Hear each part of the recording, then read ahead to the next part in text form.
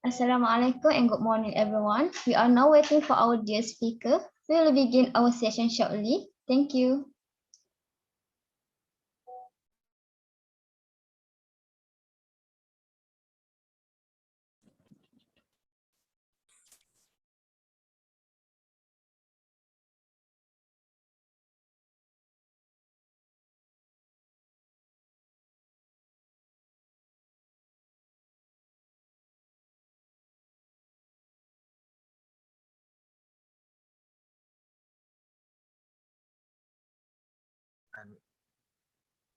Okay, Assalamualaikum.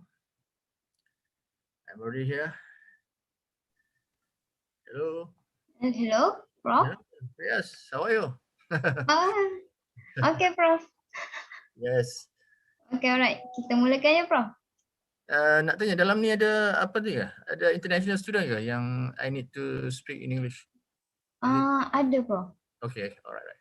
Yang Okay, saya ada video juga. Video macam mana saya nak nanti itu Oh, dekat bawah tu ada button share screen yang hijau tu.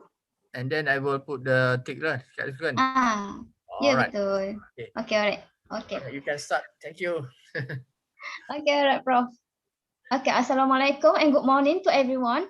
Welcome to the High Impact Journal Publication Webinar Series 1, Social Science, Humanities and Education Cluster.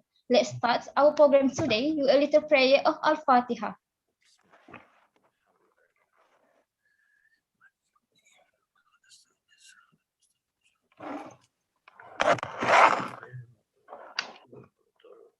Amin, amin, ya Rabbal Alamin. Assalamualaikum and good morning to Professor Dr. Ramlee Mustapha and also from other institutions, UPSI, UTM, UKM, UITM, UNICEF, Giatmara, College Vocational, Polytechnic, and many more. Thank you to all our beloved participants. It is an honor to welcome all of you to the High Impact Journal Publication Webinar Series 1, Social Science, Humanities, and Education Cluster. First of all, my name is Nur Atirah Nabila binti Abdul Muttalib. I will be your moderator for the program today. It is a pleasure to connect with all of you via this platform, as in parallel with our new norm. Before we start, let us do some of the housekeeping for our program for today. First, please do ensure your microphone is mute during the session as to avoid any disruption made.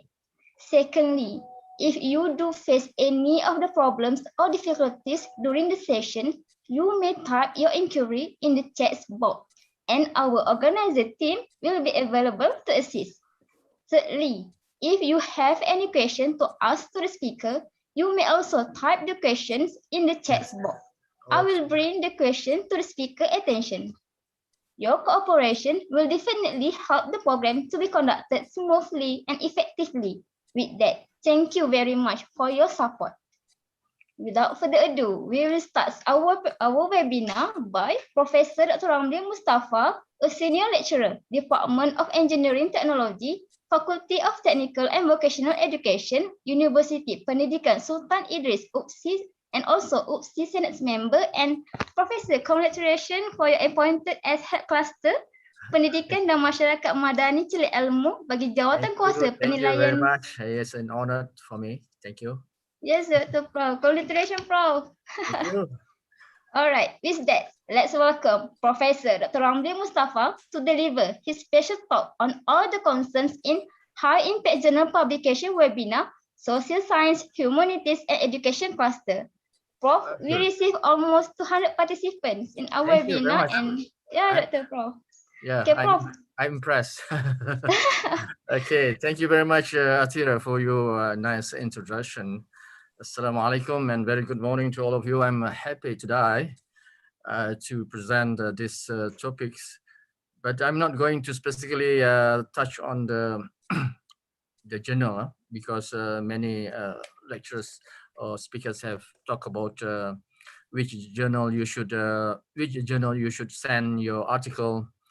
I think that is secondary because the first one is you have to have a great paper.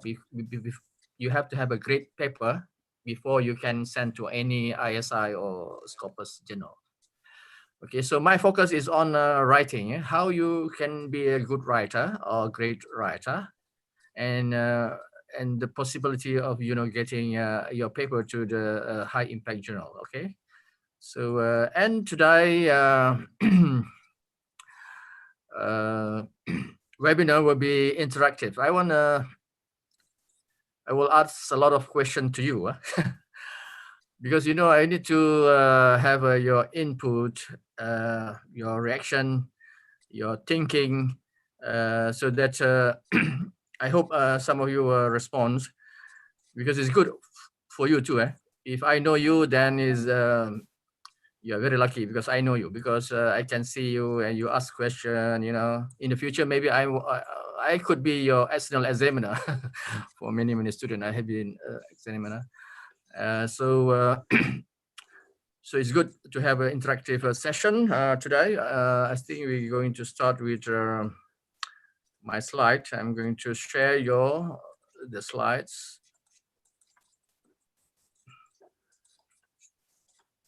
Okay, where is my slide here?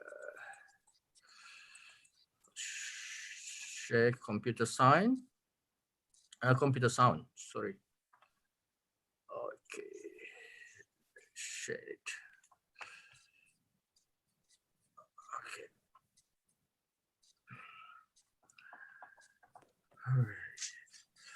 Okay, this basically me. You can hear me, all right? You can hear my voice? Yes, Prof. Okay, yeah. I'm basically engineer by training, chemical engineering, but I also have a master's in education administration, master's in industrial technology, and also have a TESOL postgraduate diploma in TESOL in Singapore, and also a Tibet PhD from Purdue University, US. So I can talk about engineering, I can talk about social sciences, I can talk about languages. So so this, I think, most participants are in social science, I believe, but you could also be in engineering and other sciences. Okay, at the bottom of my slide is my handphone number if you need more clarification regarding my talk, or you have a specific questions regarding the points that I raised today. And also president of Asian Academic Society for Vocational Education and Training. All right, is the only Malaysian president so far. Okay. Right, for the start. Okay, this is my set induction. I'm going to ask you, because in education we always start with the set induction. Okay, two questions. One, what excites you actually? What excites you, not only in academic but also in your life? And the second question is, what scares you? You just put this in your mind. I may ask maybe 2% to respond and about the excitement, and the 2% to respond on the scares. So fear, what is your fear? Yeah. So I give you 1 minute to think about it, and give reason why that excited you, that things excited you, and what scares you, what fear you in your life. Okay, so those who are brave enough to respond, I will be impressed, and I would like to know you. If you are brave enough to respond to my question, I want to know you, who you are. Maybe you are a future professor like me. Okay, who's going to answer number one? What excites you actually in your life? Anybody? Any brave one? I want to see your face.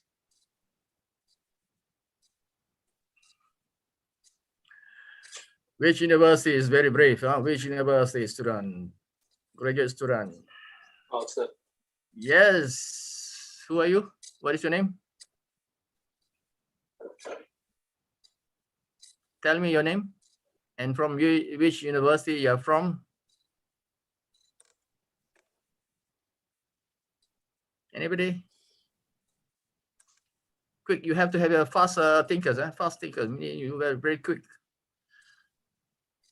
To be a professor, you have to be very quick in responding to the question. Very quick thinker. Anybody? We have 200 here.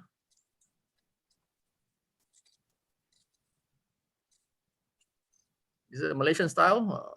If American, they are very quick. Yeah, I taught American students very quick. Okay, so anybody? Nurul. Okay, Nurul Aimi. Prof, so it's what excites you, right?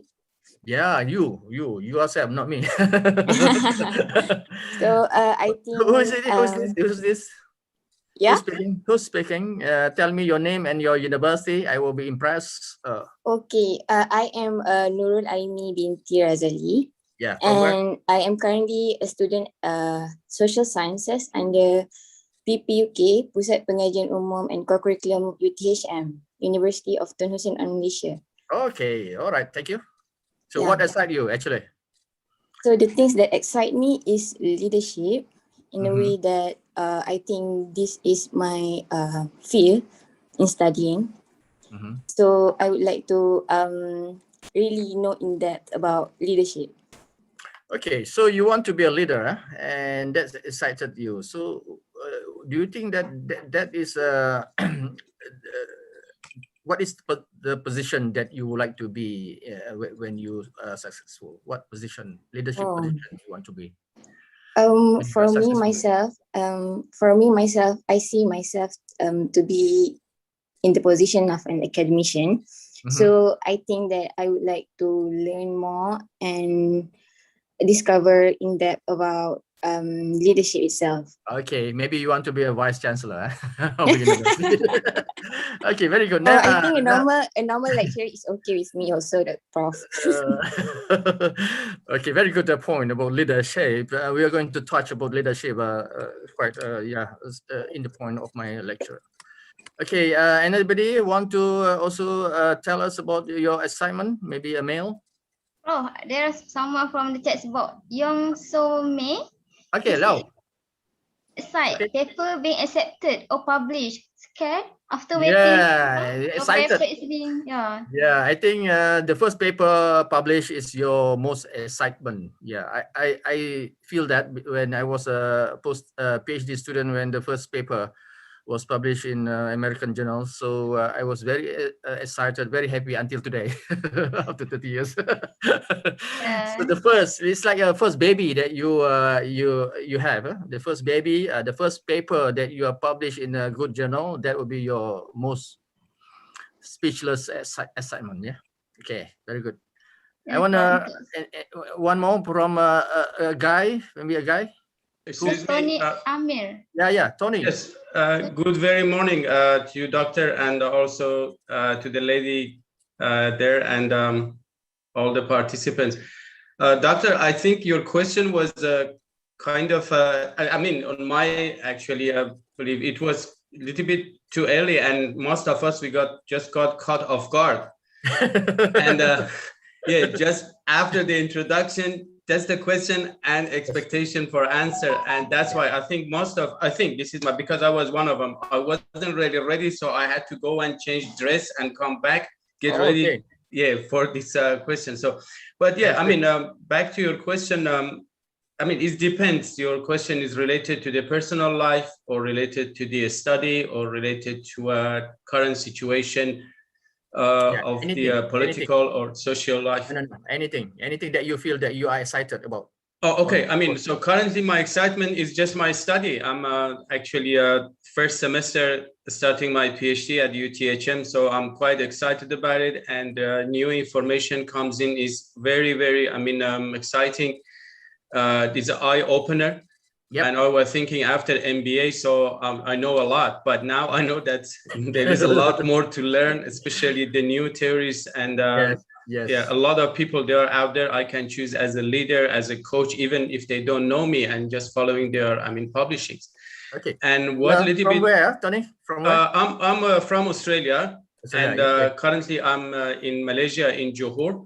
Okay. And I worked in Malaysia for a couple of years. And then when I decided to go for a PhD, then these COVID things and stuff happened. So I prefer to stay here until I finish the studies. Great. I was a visiting professor at the University of Sydney.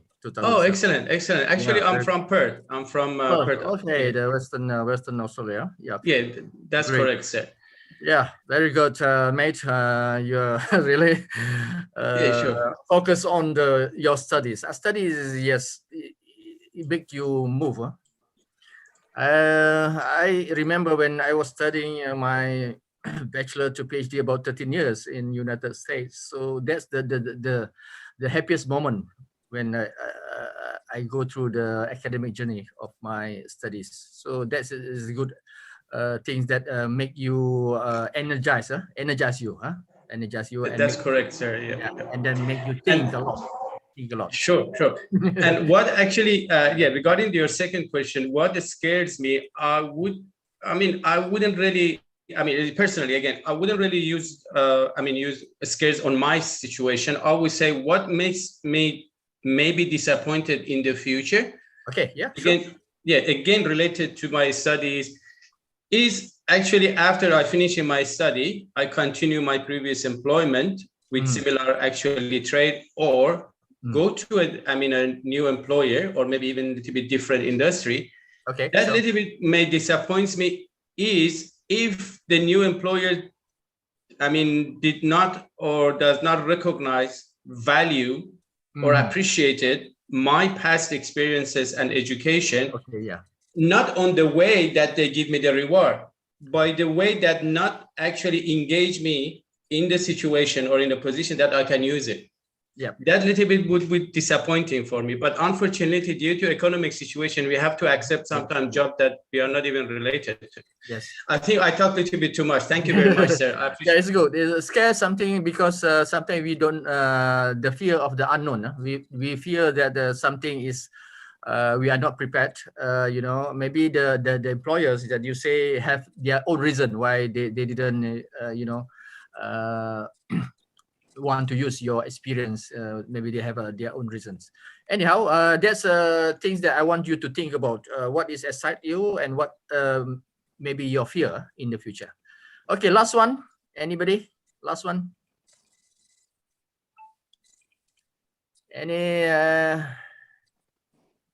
Any participant want to give their idea what they excite? Assalamu alaikum. Good morning. Alaikum salam wa rahmatullahi ta'ala wa barakatuh. Thank you. My name is Fatima. I am from Sudan. Okay, Fatima. Yes. كيف حالك أنت؟ Alhamdulillah, I'm so fine. And you? Alhamdulillah بخير. Okay. Alhamdulillah. I hope everyone here be fine and stay safe. Okay. So actually, I get late to respond to your question because it hits me. Like, what is excite me? It is really like, okay, I love many things. Like I love sustainable design. I'm a PhD student, or you can say I didn't graduate yet, but I defended my PhD thesis in sustainable design. So I love natural. I love everything related to planet, related to green building, relating to like I want this work become a better work when we return to our natural. This is what's exciting me. But true. Again, I see that I love arts. Particular in anything relating to art, photography, drawing. So when you said what excites me, I said, okay, I have many things to love, to excite, but generally the point is I love to be a volunteer in organization or nego. Yep. Okay. This is something I noticed that I ask myself many times if I want really to work. I want to work. I will leave my study and everything. I want to work as volunteer in volunteer. Yeah, maybe you can plant a tree. Because, make clean the river. Yeah, that's very good. This very thing noble. can not harmful, but can let you every day thanks Allah for things you have, like for your health, for your home, for everything. Yeah. So and what scares you? Number two. I already answered it. What is it scares me? This, to be honest. Okay. Yeah. Leave this world without left something good that people can remind me with. Like this is what really scares me, sir. Okay, that's good. Thank you. I mean, you'll be, throwing out your feeling, what you really like and what you don't like. Yeah. Okay. Yes, Tony Prof. also said about, the employers that may not be, welcoming your ideas. Okay. Thank you. Also, Nurul also says about, publishing. The first published article is most, happiest moment. Okay, that's very nice. Okay, so I keep you thinking about your writing, your publication, your future. Okay, in a piece of paper, write one of your favorite quotation. I give you one example. Fail to plan is planning to fail. This is one quotation that I like. Maybe you, from the top of your mind, you can have one quotation that sticks to your mind for a long time in your, student times or in your kids. So you can write one, and then maybe one of you or two of you can tell me what is your favorite quotation that leads or guide your life. Okay, 1 minute.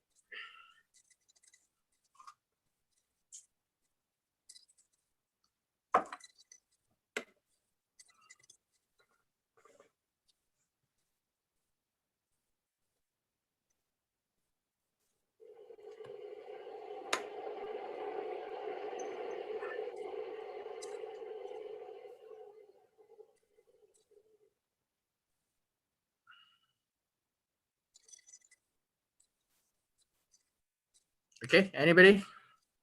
Anybody want to share their quotation, their favorite quotation that they remember from their, baby, not baby, from their kids' time? Okay, anybody? Yes, Prof. They are from the textbook, Fatma. Grateful but never satisfied.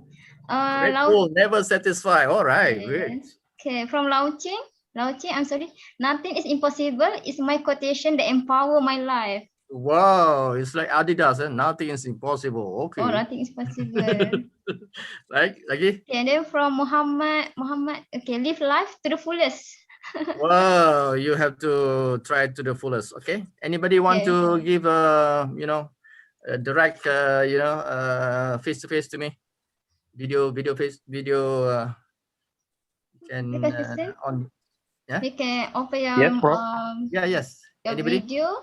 Yes. Anybody want to show their face to me so that I can remember you? Yes, Prof. Yes. Muhammad Sani Yakubu. Yeah. From where? Yes, you, Prof. Muhammad. Assalamu alaikum. Good morning, Prof. Walaikum salam warahmatullahi wabarakatuh. My name is Muhammad Sani Yakubu. I'm from Nigeria. Okay. Currently in brother. Batu. Yes, inshallah. My first semester for PhD, UTHM. Okay. All right. What is your quotation that you like? Mostly, I always go with that. It says to be or not to be. When the time comes, the star must shine. Okay. To be or not to be. When the times come, you will? The star must shine. Your star must shine. If it's your time, then it's your time to shine. Yes. Whether someone picking something, whether someone doesn't like it, wait for your time. So that will be your guide to your life, yeah? Yes. Okay, absolutely. Very good. Absolutely. Very nice. Okay, next, a lady, maybe a lady, one lady. Hi, there are comment from yes. Dr. Rafida. Dr. Rafida Abdul Karim. When there is a will, there is a way. Okay, there's a will, there's a way. Okay, like there's a gun, you can travel. There's a will, there's a way. Okay, very good, very nice. Yeah. Another one to be talking to me in real time. Anybody? Hi, Prof. I'm Liana. Oh, Liana, how are you, Liana? Yeah, I'm good. How are you? Great. Today I'm very good. Yeah. Yeah, Alhamdulillah. Okay, so I'm going to share my quote. Actually, I've been using since my secondary school. You still remember that? Yeah. If I need the moon, I will bring it down myself. Wow, if you did the moon, you can bring that to your labs. Okay. Give. What is the meaning? What is the real meaning of that? Yeah, because every time if you need something, every time I remember the quote, it feel like it brings me, motivates me. I have to do what I want. I must get what I want. Yeah. Okay, you are very ambitious. Thank you. So we need somebody that very ambitious to get what they want and try to to accomplish their dreams within the stipulated time. Yeah. Okay. Great. So we move on. Thank you very much for your input. I'm very happy that you are participating in my lecture. Okay. Last but not least, on a piece of paper, state your great writer that you admire. Who are the great writer that you admire? That you read their books and you're waiting to have their second book, third book. So who is the writer? Maybe it's not only in academic, maybe a novel or maybe short stories, writers, or even your kids, when during your kids, you remember the books that you read by this author. Anybody? Yes, sir. Yes, Sunny. Yes, yes, I have one writer in facility management field. Yeah, what is the name? Amaratunga. Wow, she's from where? She's from Sri Lanka. Okay, why you like her? Why you like her writing? Because she likes to provide what move with the technology, more especially in this types of globe. She make motivation, and she always put challenges so that upcoming researchers will able to fill up the gaps. Okay, that's why I like to be reading her write-up. Yeah, she is like a futuristic writer. Yeah? Okay, very good. Okay. Another person from audience, maybe a lady or man, whatever, if you want to try. Doctor, it's me again. Okay, Tony, yes. All right. Actually, my favorite writers and novelists, one is Ernest Hemingway. Hemingway. Okay, Hemingway. Yeah. Hemingway. And, yes. And Ernest Hemingway, and the other one is Henry Charrier. And he was. You remember the title of Hemingway? Oh yes, I mean the Old Man, and the Sea. Old Man and the Sea. Yeah. That's correct, sir. Yeah, I also read that one. Yeah, very nice. Yeah. Yeah, and also the Green Heights of Kilimanjaro. Wow, that's a very great book. Yeah. Yeah, that's right, sir. Yes, and and I like this person also personal life as well, because he adventured a lot of things in his life, from his personal, romantic life until his, joining the World War II, and also he got injured. Then he became a hunter. Then he became a writer, and a lot of things happened to his life, but he is still committed. And and the second one was the Henry Charrier. I don't know if you watched the movie Papillon. Steve McQueen and Dustin Hoffman. It was a 70s movie, but the writer was a true story, Henry Charrier. So it's all about commitment. If you believe on something that you deserve, just commit to it and you will achieve it. Okay, that's a good philosophy. Yeah. And yes, sir. I remember Hemingway was in Cuba when he was writing. A lot of time he spent in Cuba. I was in Cuba maybe 10 years ago, and I saw his house when he was in Cuba. So Hemingway is very great writer. Okay, you are very smart. Doctor, I really enjoy talking to you even for a few minutes. And this is one of my dream as well, to go to Cuba, to see this great man, where he lived, what he did. Yeah, he's a very imaginative. He's very great writer. I cannot say more than that. Okay, thank you. So now we move on. Well, we have another thing last. Okay, 3 characteristics of good writing. 3 characteristics. Why do you think 3 characteristics? Maybe Atira can give me one. We have 3 person. Each person will give me 1 characteristic of good writing. Yeah, Atira. Because you are moderator, so I give you a chance to speak. The top characteristic of a good writing. Just give one. Just give one. Yeah. What is one of the characteristics of good writing? Oh, there is some intelligence.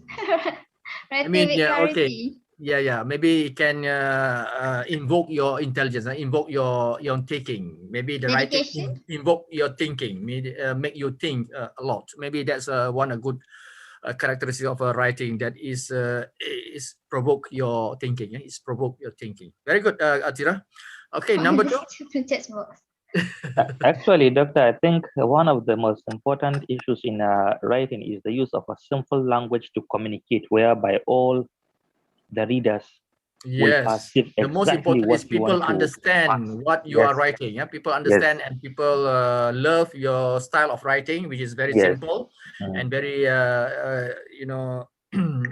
direct to the point, and maybe has a moral lesson that you can get from that writing. Okay, number 2. Okay, last one, number 3. The last one, sir, it may be concise. Let the writing be concise so that it cannot be so bold to be boring for the readers. Yeah, okay, yes. It's sometimes depend on the type of writing. Maybe academic writing, we are more direct, but for novel, maybe they need some literally, background that they want.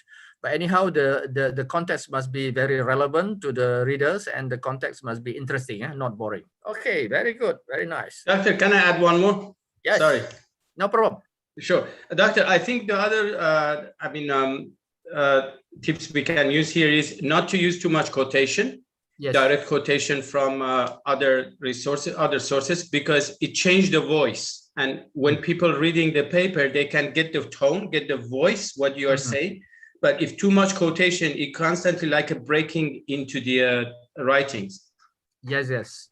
In our academic writing, it's not suggested that you put a lot of quotation, but you need to put the main one, the significant one in quotation by direct quotation, but the rest you can paraphrase from the authors. Because if you put a lot of quotation from the different authors, it seems that you are not have your own ideas. You are you quote a lot of other people's ideas, but what is your own? What is your own original ideas? So and it will be messy also if you have a lot of quotation. I agree with you, Tony. It's so, but you can have a selective, maybe 1 or 2 quotation that is very, very eye-catching and also very significant in your writing. It's a milestone. If you can put the name to the quotations. Okay, what is this? I have a photo here. What is this? Anybody can tell me what is it? I see a horse. A horse. Okay, are you sure it's a horse? Yes. Oh. Yes. Okay, let's see. What is this? This is what? Frog. I guess. This is a frog. Okay, how come a horse become a frog? How come a horse become a frog? Anybody? Because I'm so sorry, Mr. Tony. I guess because the drawers try to flip or try to have to imagine 2 pictures in 1 picture. I guess. Yes. I think it's because of the angle. Give us the way the angle we look at the event or a scenario. It may have different total interpretation or meaning. Yeah, that is the point that I'm going to tell you. Tony has also told us. Yeah, perspective. We call it perspective. From where you look at it, one perspective you can see a horse, but the other perspective you will see a frog. Yeah. So same thing with research. Research, you have a different perspective, quantitative, qualitative paradigm. And also you, in writing also, you need to have a perspective, from which perspective you are writing this, and for which journal you are going to send. So you need to have the right angle, in order to. Okay, my other question is, if I have the real animal, 1 horse and 1 frog, which one do you choose, a horse or a frog? Give me a justification why you choose one animal over the other. I have a real, forget about the pictures. I have a real horse, 1 horse and 1 frog. I want to give you, which one you want to accept? Is it a horse or a frog? I'll take horse. Okay, Sunny, why you take a horse? Because I want to use it right. You can write. Okay. Give me 3 reasons. Okay, Sunny, give you 1. Anybody choose a horse and give me a reason? I think, Doctor, it depends what we like and based on the situation. So, for example, choosing a horse, it might be initially very interesting and very exciting, but it's very expensive to maintain.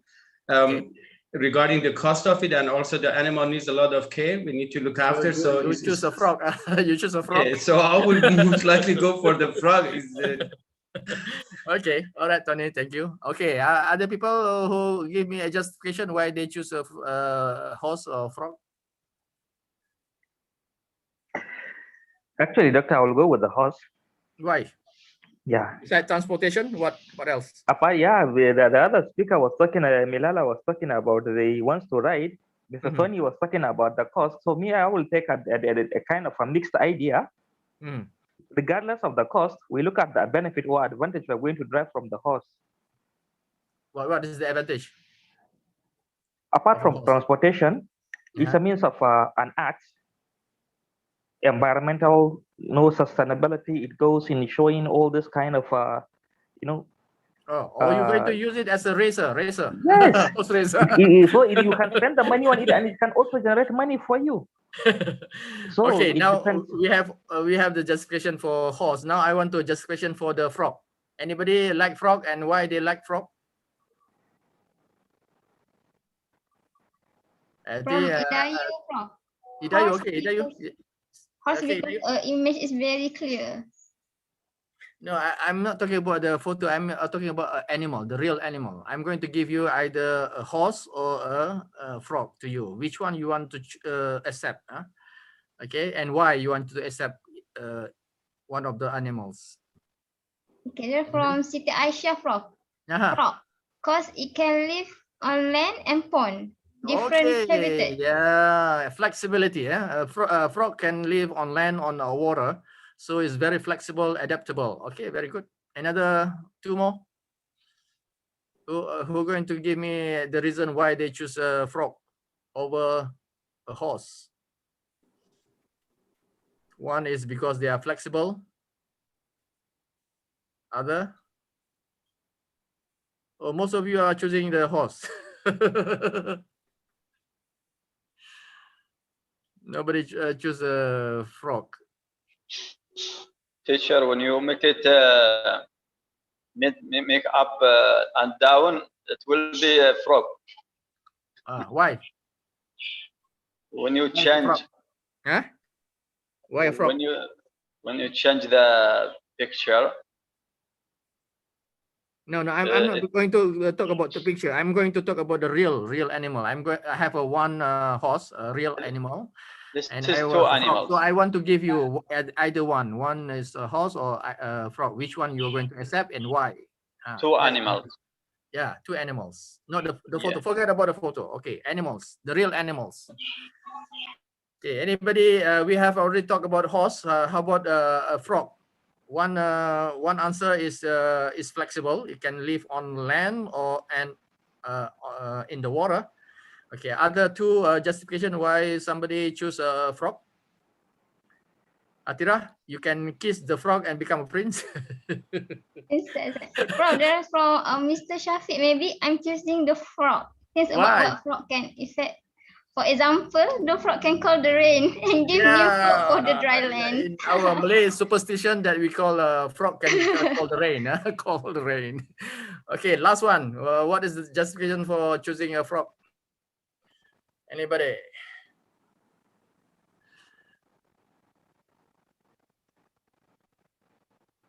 Prof, they are from Nur Azrin. Frog can be the bait to the snake. I can sell the snake meat and turn the skin to an expensive belt. Oh wow! Why don't you eat? Why don't you eat the frog? Frog can be eaten. Yeah, it's another good thinking about I'm afraid the snake will eat the frog. The other way around.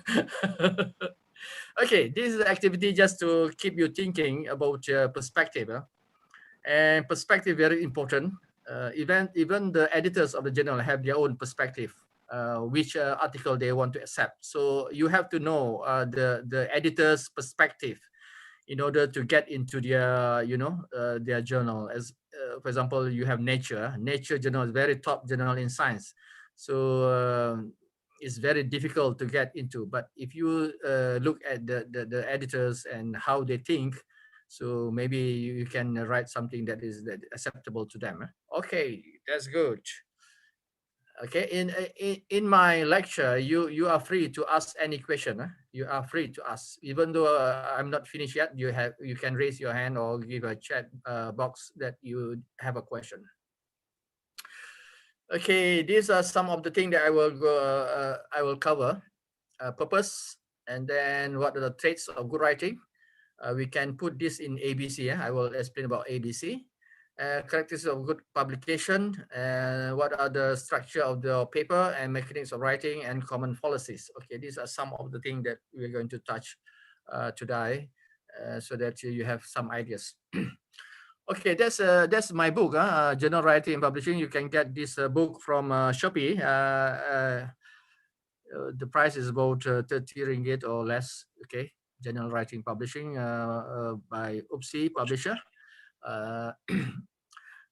It says that is one of the bestseller in Shopee because a lot of people buying it. Okay, even though I didn't get anything. Okay, how to write? Okay, this is my experience. If I want to write in a newspaper article, it take about 3 to 7 days to think about the ideas of what I'm going to write in newspaper, especially when it's contemporary issues that I need to focus, like green, green problems in our country, about education system, our assessment system, and so on.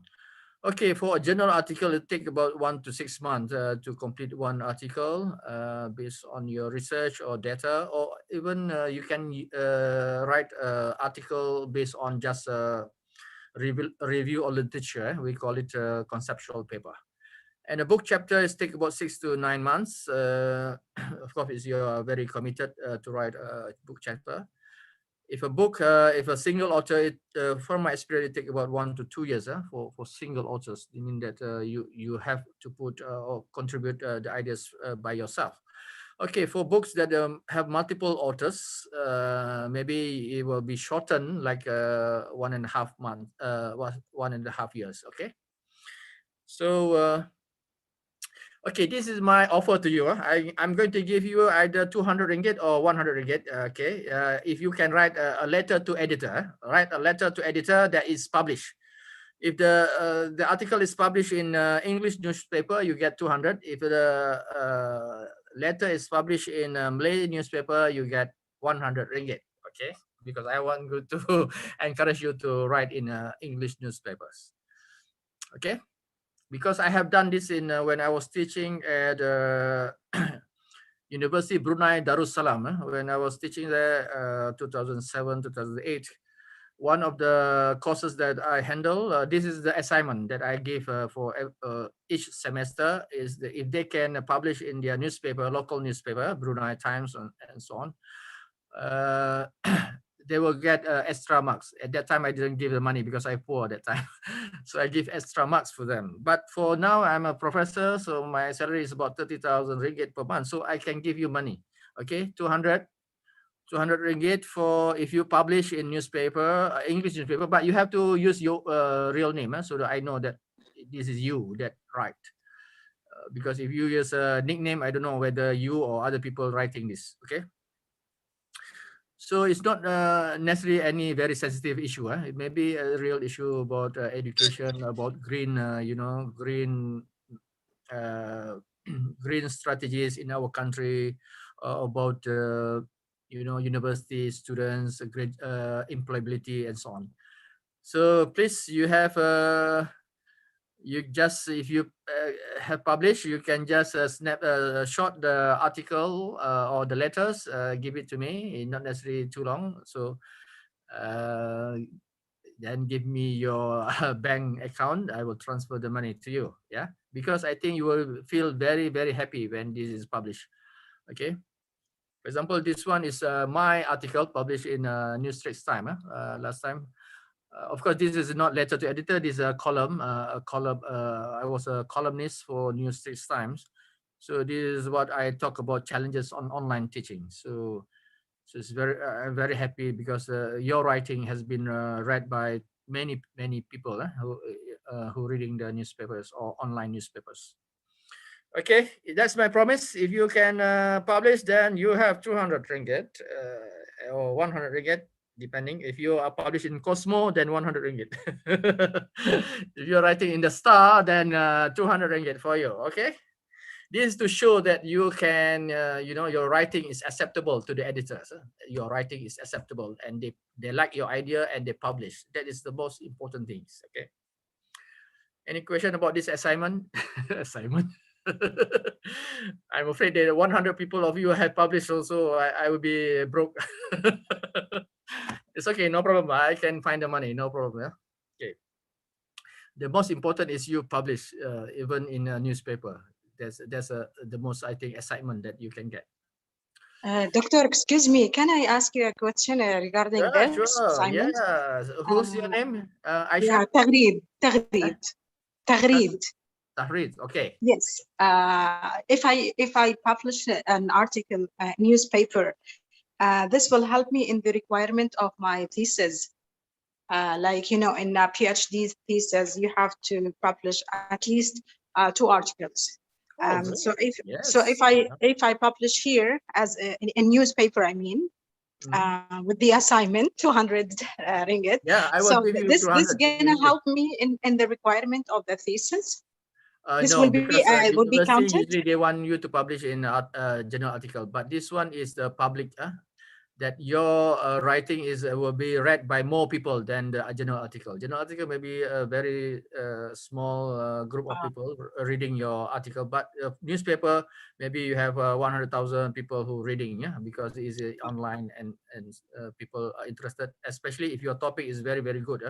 Your topic is very catchy, and they publish. Usually the editor publish because they know that your idea is very good, so that they publish. Okay. So it will not be from my thesis topic. It could be from other topics. It cannot be, because newspaper they want a contemporary issue, and they don't want too academic. They don't want to be too academic, because the reader is very lay person. So you need to write a very general topic, like my challenges on online teaching. So very general, everybody can understand. Now issue about the homeschooling, home pedagogy, PDPR. There's a lot of issue about parents getting upset about the ruling that they need to have this home teaching. Yeah. Okay, you can write about that if you want to. Okay, thank you. Thank you. Prof, there's someone asked, Prof. Yes. It's published only this year, Prof? Yeah, can be. Maybe from this year to 5 years, 5 years time. Okay. Yeah, I give you time. Maybe you are busy, very busy. So I give you 5 years. If you 5 years. Yeah. So 5 years. Okay. Okay. If you but you need to have your name on the paper, your real name. Don't use nicknames, but because I don't know if nickname, maybe somebody else paper. Okay. Okay. Publishing your writing. What is the purpose? Okay, anybody can tell me why you need to publish your writing? Besides, it's a requirement from your PhD. Of course, PhD masters, they need to publish. But beside that, what is the purpose of you publishing your writing? I mean, journal article, not the newspaper, but journal article. It's to share out the new knowledge and the idea. Okay, very good. To share your, what your research finding, maybe novelty of your research finding can be shared by other people. Okay, next. Anybody? Prof, I think the whole idea of research is to find solution to the problems. Okay. Yeah. As long as there are no problems, there is no need for research. So all these research must begin with problem. Every research must begin with problem. Then we need to publicize by writing journal article to send message to other people that this is actually, or this is our own contribution to the solution of the existing problem in this area of our studies. That's good. So you give the option to the reader that this is one of my one of the solution of the problem, based on my research. Okay, very good. Next, a lady. Anybody? Ladies? Men? Tony? Yes, sir. Actually, sorry, I've just jumped in again. I think to be able to publish a journal is quite a hard work. So it's not as straight as forward it may look. And also, sorry, it shows that the field in the area of research that you are working on, you have a voice, you have something to say. So people start noticing you. And also there is kind of like an unofficial competition goes there as well to be able to make yourself seen. Okay, good. And heard. Yes. Another way I think you want to say is you want to impress your supervisor. You want to impress your supervisor because you can publish in a good journal. Even your supervisor cannot publish in that journal. All right, that's very good. Okay. From Dr. Rafida Abdul Karim to Yeah, self Dr. branding. Rafida. How are you, Rafida? Are you okay? Okay, what Self her answer? branding, Prof. Branding. Self branding. Yeah, the brand. Yeah, people will. If you publish many articles or several articles in certain journals, and that journal is very good, then people will brand you that you are a very good writer because you can penetrate to that journal, yeah, especially Scopus or ISI journals. So we have to build that branding from early, yeah, from our starting of our PhD or master's program. We keep thinking of how I'm going to penetrate that journal and how we're going to get published. Yeah? All right. Thank you, Dr. Rafida. Okay, why writing? This is some of the, I think, answer that you can give. One is if you are academic staff or lecturers, you need a promotion from lecturer to senior lecturers to associate professor to professor, full professor. That promotion need you to write. I have not seen any university that didn't require that. All universities require that criteria for promotion. Number two, as you said, some of you told me just now about sharing ideas. Your ideas sometimes it's not really being discussed in the academic circle because your ideas may be a novel idea, so new theory, new findings. So you need to share with other people. In fact, some knowledge need to be shared because if not, they think that you are not. We cannot replicate your study. Yeah? There are some cases that top scientists in Harvard and in Seoul National University were fired because when they publish, share their ideas. But the other people cannot replicate and get the same result. So finally, they admit that they are cooking the idea. They cook the data. They cook the data so that the data is very beautiful, but it's not from the real research. Okay, so that's why we need to test also your findings. Number three, build your academic reputation.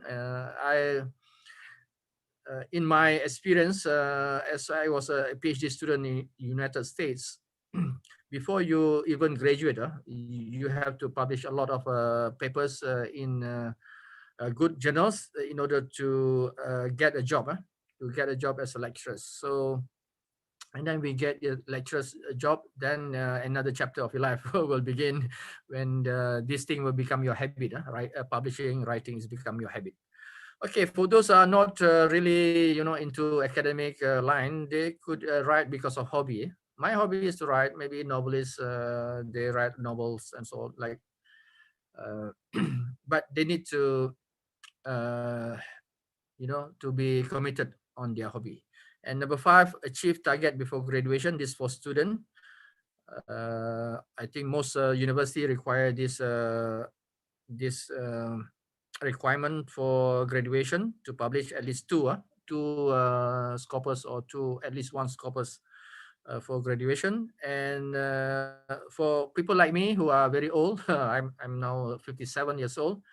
I have three more years to go for 60. Yeah.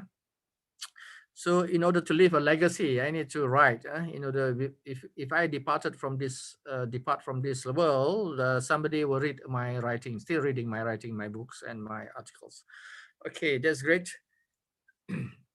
Okay, before you start, you must know that Okay, this is for your information. Your research is worthless. Okay, your research is worthless unless it is published. Your research, nobody will know your research unless it's published. If those research is only in the thesis form, very few people will go there and read. But it's basically useless if it's not published in a journal article or in other forms of media. And number two, the value of an article increases when it's been cited by other research article. Your value of article is will increase the value, the price, the reputation of article if it's cited, especially by Scopus article, another Scopus article, or another ISI article. And in fact, it is documented in the Scopus, literature that they or their website saying that this article had been cited by other Scopus journal. Okay, number three, the publication is knowledge sharing, as we know. And lastly, for you, if you're an academic line, is either you publish or perish.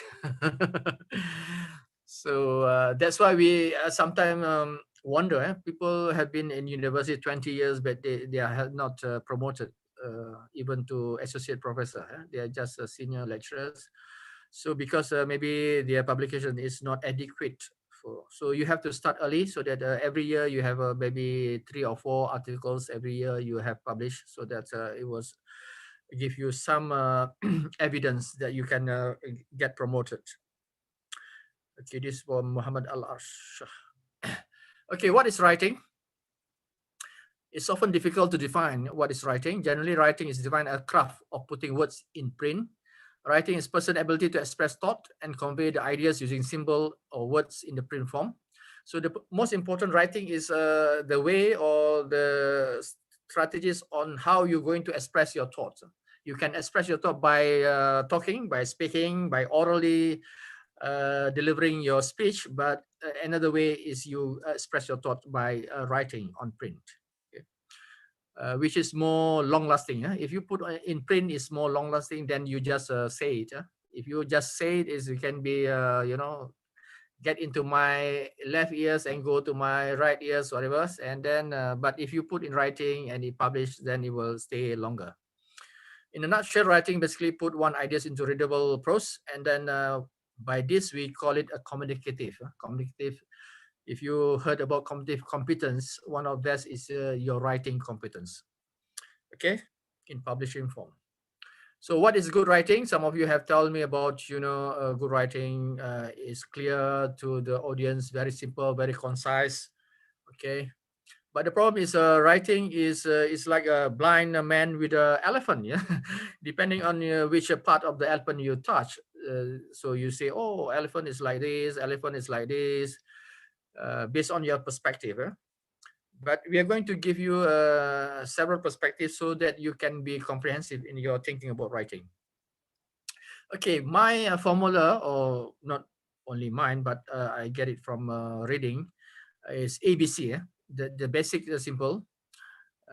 From Amdan, one of the writer, she said that we can use ABC formula for good writing. One is accuracy. You need to be accurate in your facts, in your data, in your methodology, in your design of your research. Must be accurate, and then must be brief. When you write, especially for academic writing, you don't need to be very bushy, go around the bush. You need to be very concise, very sharp, and very to the point, and have evidence to support your claim. And the third one is clarity. Clarity is like someone tell me that clarity is like I have this quotation. Yeah, clarity is power. Clarity. I read a book recently, and the title of the book is "Clarity is Power." If you can buy from Ruth Saw, the author named Ruth Saw. She says that clarity is like a diamond. It's like a diamond. The more clarity you have, the more value you bring to the reader. Okay, so it's good for you to have clarity in your writing, that people will not have difficulty in understanding what you try to convey. Yeah. Okay, this accuracy level of technical language is separate for the readers. Keep the language formal unless you are writing a novel. But for academic writing, don't use don't with contraction. Don't use I or you. But some writing, for example, from qualitative research, they use a first person like I. I did this. I explored this. I designed this. I explore the the nature of this community. So it's okay for qualitative research to use I. But for quantitative research, usually we use third person, like they, the passive voice, the passive voice. Okay, brevity, use simple words as far as the complexity of the material allows. A very length of sentences, making sure that none is longer than 40 words. Do not write one page, one paragraph. I've seen in thesis 1 page, 1 paragraph. Huh? Wow, 1 paragraph without full stop. It's just comma, comma, comma, comma, 1 page, 1 paragraph. So it's too long. Huh? And don't also have a too short. Huh? What is the proper way of writing? How many words in 1 paragraph? How many sentences in 1 paragraph? Any guess? What is the minimum sentence in 1 paragraph? Sometimes you have 1 paragraph, 1 sentence. This is very short. Huh? 1 paragraph, 1 sentence is very, very short. But normally 1 paragraph, how many sentences? 1 paragraph. Maybe 5 to 7, Prof. Oh, too many. The minimum is 3. 3. 3 sentences. Minimum 3 sentences in 1 paragraph. Minimum. Huh? You can have more, as you say, 5 or 7 is okay, but minimum. Don't write 1 paragraph, 1 sentence. Okay, that's wrong. That's wrong from the language standpoint. Okay, this is what I want to tell you about English. English is very complex language and grammar. So the simple one is SVO. If you want to write a complete sentence, it must have S, V, and O. What is that? S? What is S? SVO? Subject, verb, object. Yeah, very good. Subject, object, and subject, verb, and object. It means subject is the doer. Subject is the doer. Verb is the action, and the object is those receive the verb. Okay. So in order to be complete sentence, you have these 3: subject, verb, and object. Okay, clarity. Avoid irritating jargon. Jargon means something. Some words is difficult for others to understand the words. Yeah, some words seldom been used by. So sometimes you need to avoid, because we need people just write. Or some people read and they understand instantaneously. Yeah? They can understand what you are writing. If not, if you use a lot of jargon, they will have a dictionary to look what is the meaning of this thing. But of course, jargon can be used sparingly, meaning you can use also jargon, but not too many. Okay. Okay, you can use listing, but not too many listing. Yeah? You can have A, B, C, or 1, 2, 3 listing, but not too many, because listing will, if too many listing, it will become a technical report, not a thesis. Thesis cannot have a lot of listing. So you have to be very careful with listing, because if you put every page, you have a listing, that we will say this is not a thesis, this is a technical report. Okay, thesis usually we need you to write in narrative form. Narrative in paragraph form, narrative. Okay, elements of good writing. You have readership, formality, active, passive voice, structure. And structure means the grammar. What is the grammar of the language? And persuasive writing.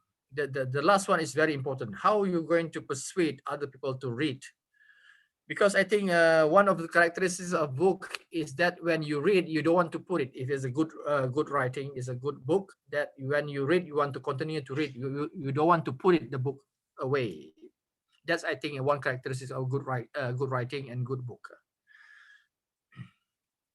So readership, who is your reader, and how much does the reader know about your subject? What is the reader experience?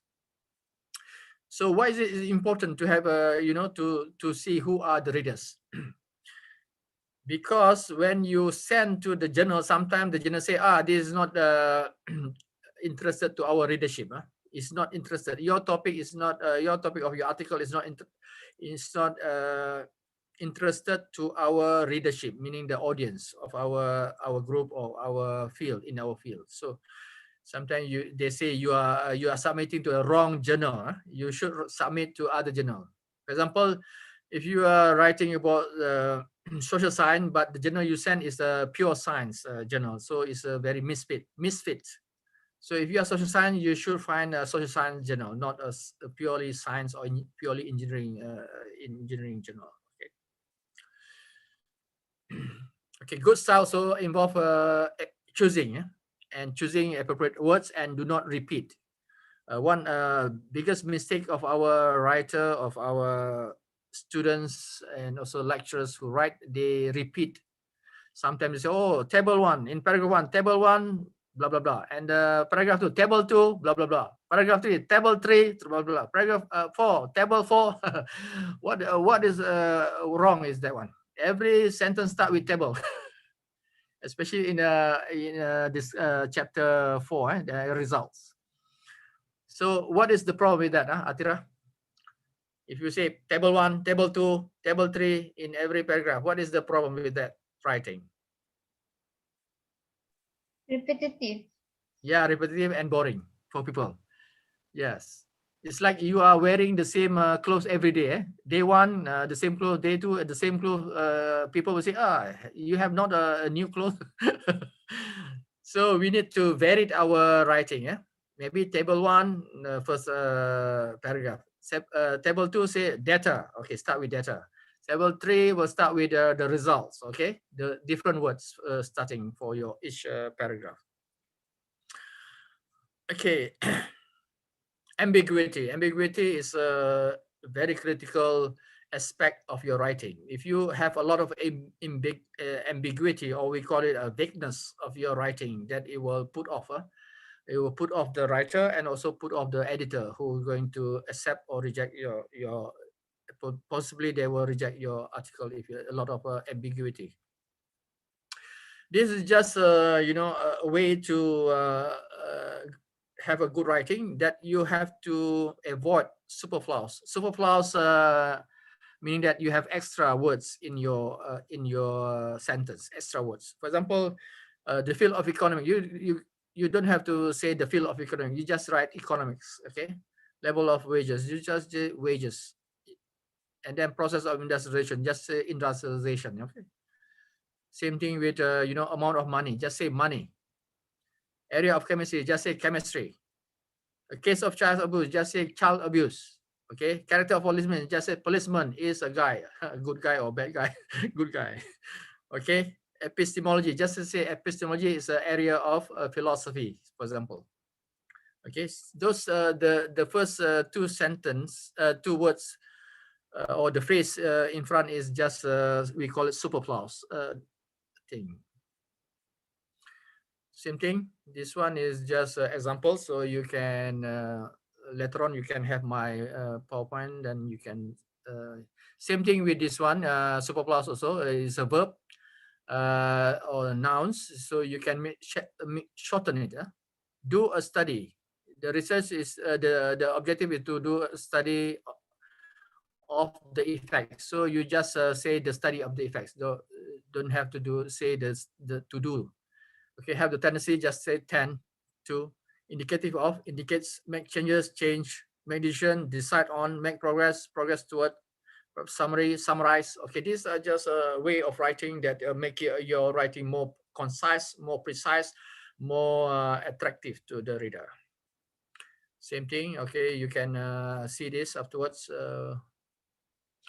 And another thing is we call it dummy. Dummy pronouns. It is dummy because it, that, is, who, which. This is all we call it dummy pronouns. You don't have to put it, so you just say it is Richard who damaged. So you can say Richard damaged directly. It's Wong. It is Wong. You can say Wong Laboratories. It is Pure Cuba World. So you can say Cuba World, and so on. Okay, same thing with this one. There are extra words, extra phrases in your sentences, so you need to cut it down. And this is what I say drummy pronouns. Sometimes it's very confusing. For example, the sentence, the employers and workers, you have two groups. You have employers and you have workers, but you say they are, who are they? They refer to employers or they refer to workers, yeah? So this is what we call dummy pronouns that you need to avoid. So you can say the employer and the workers, and then you say the workers are or the employers are, so that is clear which one, okay? Same thing with other, it is that, this, that, dia, mereka, this in Malay. So these are all pronouns that is, we call it dummy. Okay, don't use abbreviation like etc, you have to say so on, so forth. EG, you have to say for example, for instance. KM, you have to spell out kilometers. Percentage, the percentage is okay. Percentage, you can have both, some sign and some is a word. CDR, people don't know what is CDR, so you have to spell out and other units. Okay, the general structure of the article, the basic one is we call IMRAD. IMRAD, I-M-R-A-D, IMRAD. Okay, please remember, because after this I want to give you a quiz. You say, what is the general structure of research article? So you have to say IMRAD. What is E? What is I? Anybody? What is I? In your structure, when you write an article, what is I? What is the first section? Yeah, very good, Aisha. Oh, no, Aisha, Atira. Aisha is my girlfriend. No. Okay, I is introduction. Okay, what is M? What is M? Methodology. What is R? Result. Result, yeah. A is N. D, what is D? Discussion. Discussion. Very, very good. You got it right. Introduction, methodology, result, and discussion. Of course, these are very basic. Basic. Some article need more than that. Okay, we will discuss. Okay, what is introduction? Introduction usually asks this question: why did you start this? Why did you start this writing? What the purpose of you write this article? So you have to give the background, the context, why you are writing this, what are the problem, what are the the critical challenges that some people face or the student face that you need to write, or what are challenges that our planet face, what are challenges about our leaders face. So these are the topic that you want to write on. And then methods, what did you do? How you do it, how you collect the data. So what are the design, what are the samples, or what are who are the respondents, okay, and how you collect the data, okay, that's all methods. And how you analyze the data. Okay, result is what did you find from the data, okay, what did you find from the data. And the discussion is what does it all mean? What is your interpretation of the data? What is your interpretation of the data? So we have introduction, method, results, and discussion. IMRAD model. So remember IMRAD model. Okay. So the same thing here, introduction, what is the problem? Another way you can ask this question also for introduction, what is the problem? Material or methods, how can this problem be solved? Which method that this problem can be solved? And discussion, what does it all means? What is your interpretation? Or before that, the result, what is the finding? So the result is what you're finding. And discussion, what does it all means to the reader? Okay, important criteria in writing scholarly paper. One is you have to follow the format of the journal. And make sure the language that you write, if English, make sure you write as a native writer.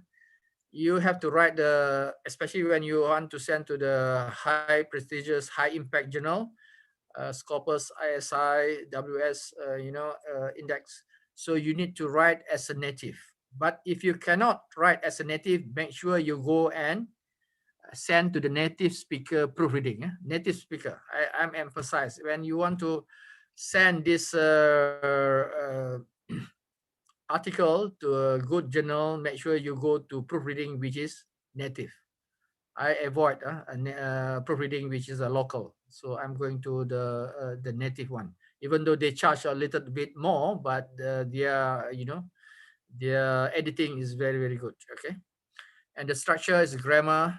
Number 4, clarity of your writing, and 5, cohesive and coherence.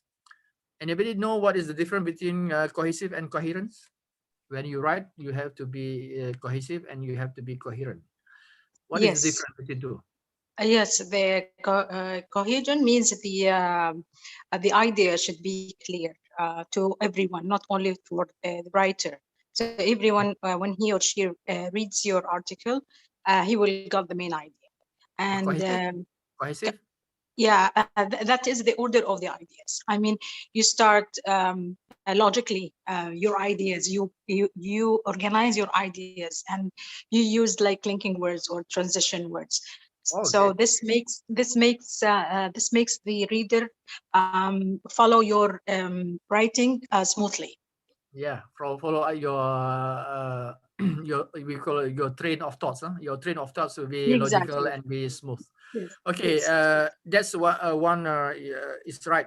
Is one as correct explanation, but the one that I want to give you also is the cohesive is that between the sentence to sentence is a transition. Between sentence to sentence, it will be logical transition. Okay, cohesive mean sentence to sentence there is a logical connection, and coherence is between paragraph to paragraph is a logical connection. So just now, who's telling me just now? Nafa, you are the one who tell me just now about the cohesive and coherent. No, I am Tagreed. Tagrib. Okay, Tagrib. Okay, another way to explain this is cohesive is between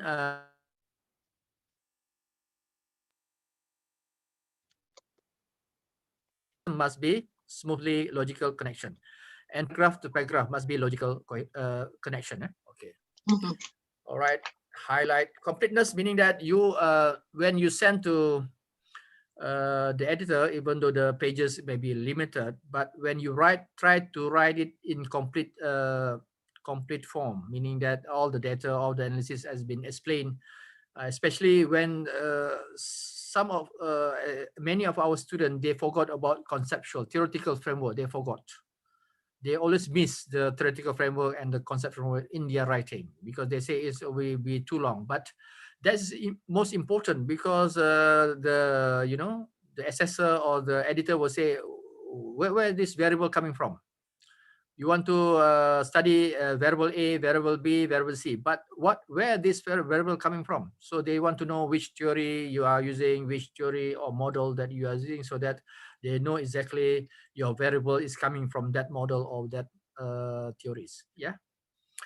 So when you have that completeness, then when you want to send and they have limited pages, then you have to cut down and you will choose which one you want to reduce. Yeah. Okay. And 7th, highlight originality and novelty. This is your contribution. What is your contribution? You have to tell the gap in the introduction. What is the gap? What is your research different from others? What are you going to fulfill the knowledge gap? And what are the new knowledge contribution for the knowledge pool, knowledge epistemology? And the significance of the contribution, of course, this is based on your data. If your data is different from previous research, then there's novelty. And finally, make sure there is no plagiarism. There's no, you have to go and send to turn it in and make sure it's below 20% of your similarity check. Okay, common suggestion for me. Usually I will suggest for your topic, you at least have an IVDV in your topic, because these are the two variables that is very important in your research. Of course, some people say, well, Prof, what is IV? What is DV? Of course, you as a researcher, you should know this is a universal language. IV is an independent variable, DB is a dependent variable, meaning that IV will affect your DV. A very simple one. IV will affect your DV. So we need to know what effect what. Okay. And then you have to have the introduction, knowledge gap, and problem statement. Problem statement is just to see what are the weaknesses in the system, in the existing system. What is the weaknesses? Don't give suggestion. You know, if people give suggestion, a lot of suggestion in problem statement, how do you know that they give suggestion? If I read the problem statement, I know, exactly, this is not a problem, this is a suggestion. But my question is, how do you know that is a suggestion in your problem statement? Maybe some people, they use the should and they give maybe some solutions. So yeah, you already solved the that's problem. true. Yeah. When you see the word teacher should here, engineer should do this, students should do this, the word should or ought or to must, that is suggestion, not a problem. Okay, example of problem. Can you give me example of a problem? Maybe limited research in the area that I'm going to write about. Okay. There is limited there. Okay, just say limited. There are limited area. Don't say there is no research in this area. Don't say absolute no. Actually, this is my question actually, because because at the beginning of my proposal, I just wrote this. I said that there is no. There is no study, talk about this, discuss about this, and my supervisor said no, there are a lot, but he didn't find them. But we found them. We found some issues, like for example lack of methodology or lack of theories. So they discuss it, but they lack of some problems. So that's why I'm going to write about this topic. Yeah, so you use the word lack or a few or very few, very less things in the previous research. Don't say there is no nothing, because they will ask you, have you go to every library to see whether there is no research. Okay, I usually joke with my friend, my student, if they write there is no research, I say, I will give you a Nobel Prize winner, because there is no research before. So be careful with the word, absolute word, no or all. These two words will be wrong. No or all also wrong. Not everybody like that. Not all. So yes. Yeah. Sorry, Doctor. Sorry, interrupt. No and all. Yeah. I mean, sorry, Doctor. We know that some of the research studies, they have not been published yet due to various reasons. It could be, for example, classified, or could be partially published. So to complete this part in the problem statement, instead of we saying there is no or something as you just mentioned, we can say there is not sufficient study has been done in this area, or if there is or there has been, it hasn't been published yet. Yeah, but the second one is they will tell you why. How do you know that it's not published?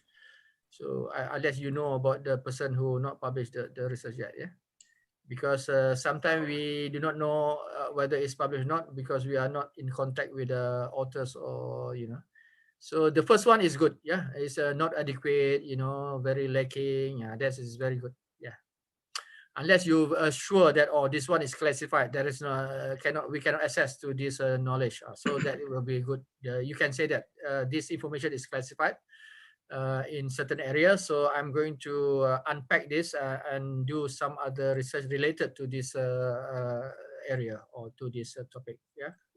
I think, Doctor, the reason I mentioned that is I can actually add some words there. At the time of writing this or doing this study, plus all the things that we said, there is no published research in this area yet. That means after 3 months, it could be a couple of publishing coming out.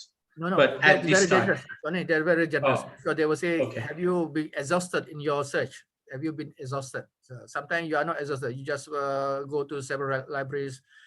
But when we say there is, it's safe to say there is no sufficient research, or not sufficient, or lack of research, very few research in this. That is a very safe statement, rather than you say, as I know, there is no. That, of course, as you know, you might don't know, but other people might know. So that is we want to save you from this Viber. Maybe the professor will ask a lot of questions regarding your statement. Okay, good. Okay, this is what I say, the theoretical framework that there's some people miss. Of course, you need to differentiate between theoretical framework and conceptual. Anybody can tell me what is the difference between theoretical framework and conceptual framework? Anybody? Is it kind of general and specific? Like we said that theoretical framework is all the theories that they discuss this topic. So this is something general. They cover this topic. But if we talk about conceptual framework, because I read about it, so they said maybe you're talking about your variables, your variables you discuss in the research. Yeah, very good, very good. Yeah. Is that correct? Yes. Theoretical framework is just theory, the relevant theory that you use in your study, the relevant theory. Maybe you have 3 or 4 relevant theories that you're going to use in your research that you state these theories relevant to my study in terms of blah, blah, blah. So this, we call it theoretical framework. So am I right, doctor? Yeah, you are right. You are on the right. So at last, I got the idea. Yeah, you got it right on target. Yeah. Okay, theoretical framework is, for example, in if you are studying EQ, emotional intelligence, there are 3 main theories, which is David Goleman, and Solovey and Mayer and Baron. There are 3 major theories in EQ.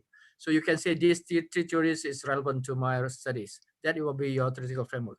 But conceptual framework is just a relationship. You miss the word relationship. Relationship among the variables. What are the relationship? What is the IV? What is the DV? What is your moderator value? What is your mediator variables? So these are the relationship. And of course, you can say, okay, my IV coming from this theory, my DV coming from this theory, my moderator coming from this theory or this model. So that's the relationship between. So if you are given a choice, some professors say, "Oh, I don't want 2. I don't want theoretical framework and both theoretical framework and conceptual. I want only one."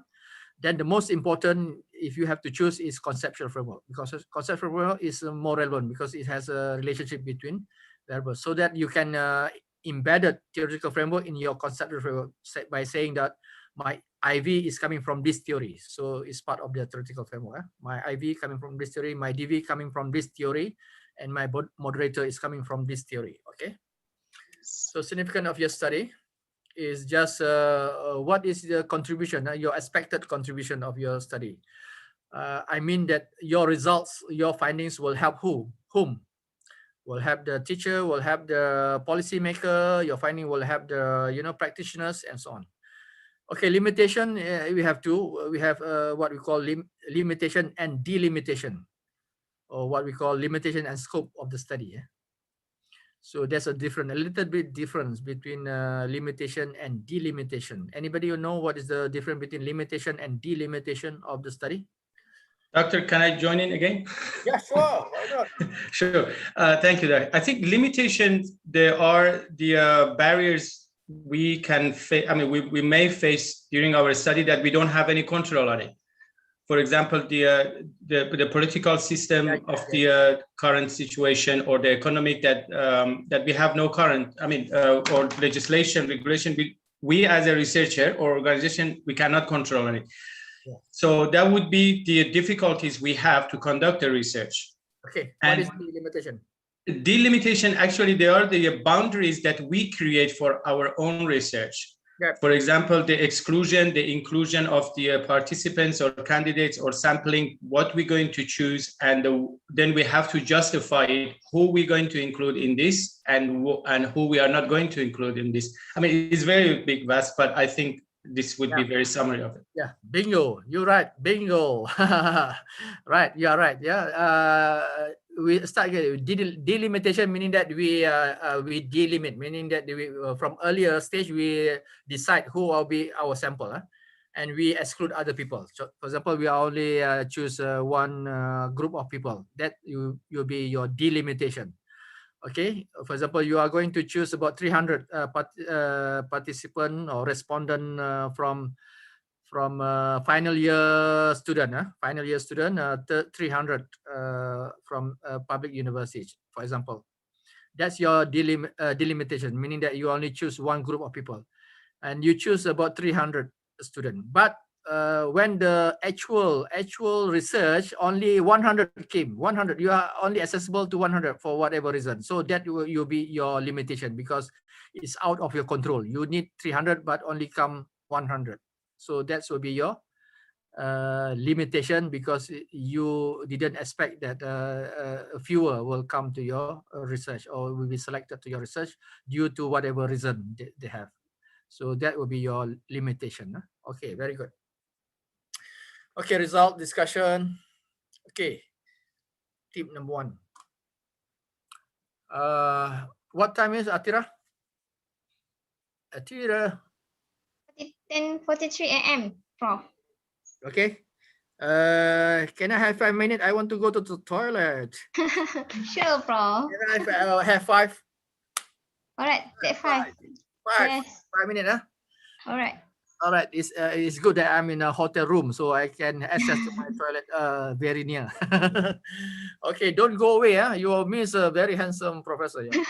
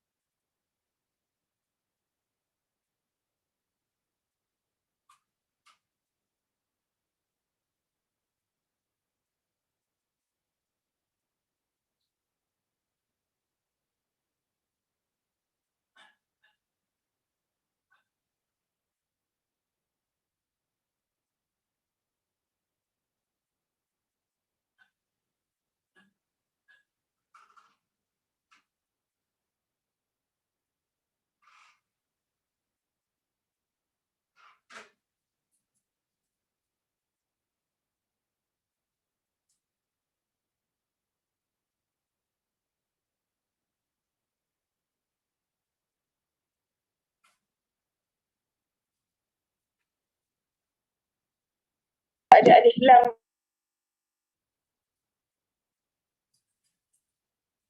huruf sebelumnya ada berbaris di bawah.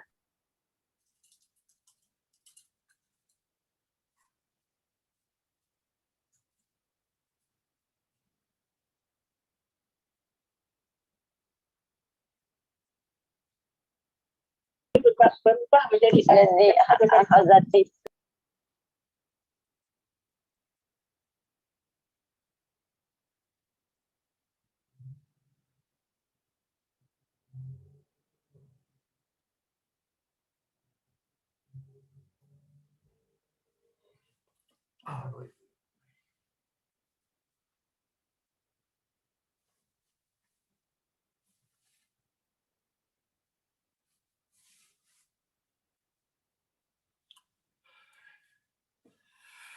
Okay. Welcome back. Anybody? Welcome back.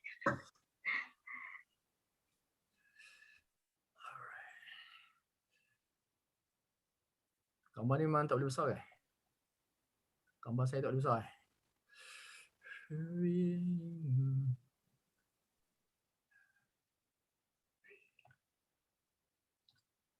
Oh. Okay, can you hear my voice? Yes, Prof. Okay. Can we continue? Sure.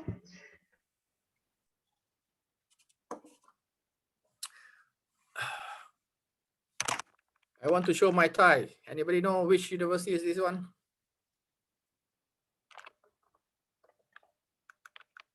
And this logo? Any university? You don't know which university is this? Anybody? You don't know? Don't know, Prof. No, yeah. This is Cambridge University tie and Cambridge University. Wow. Yeah, I was a keynote speaker at the Cambridge University, so I bought this tie. Okay, very nice. Maybe someday you're going to be a keynote at Cambridge or Oxford University. Okay, very good. Yeah, Susiana is yeah, applauding. Okay, now tip number 1. To get into a high impact journal, you should make sure your article more widely applicable, meaning that your application, your contribution is have impact to the society, to the knowledge base.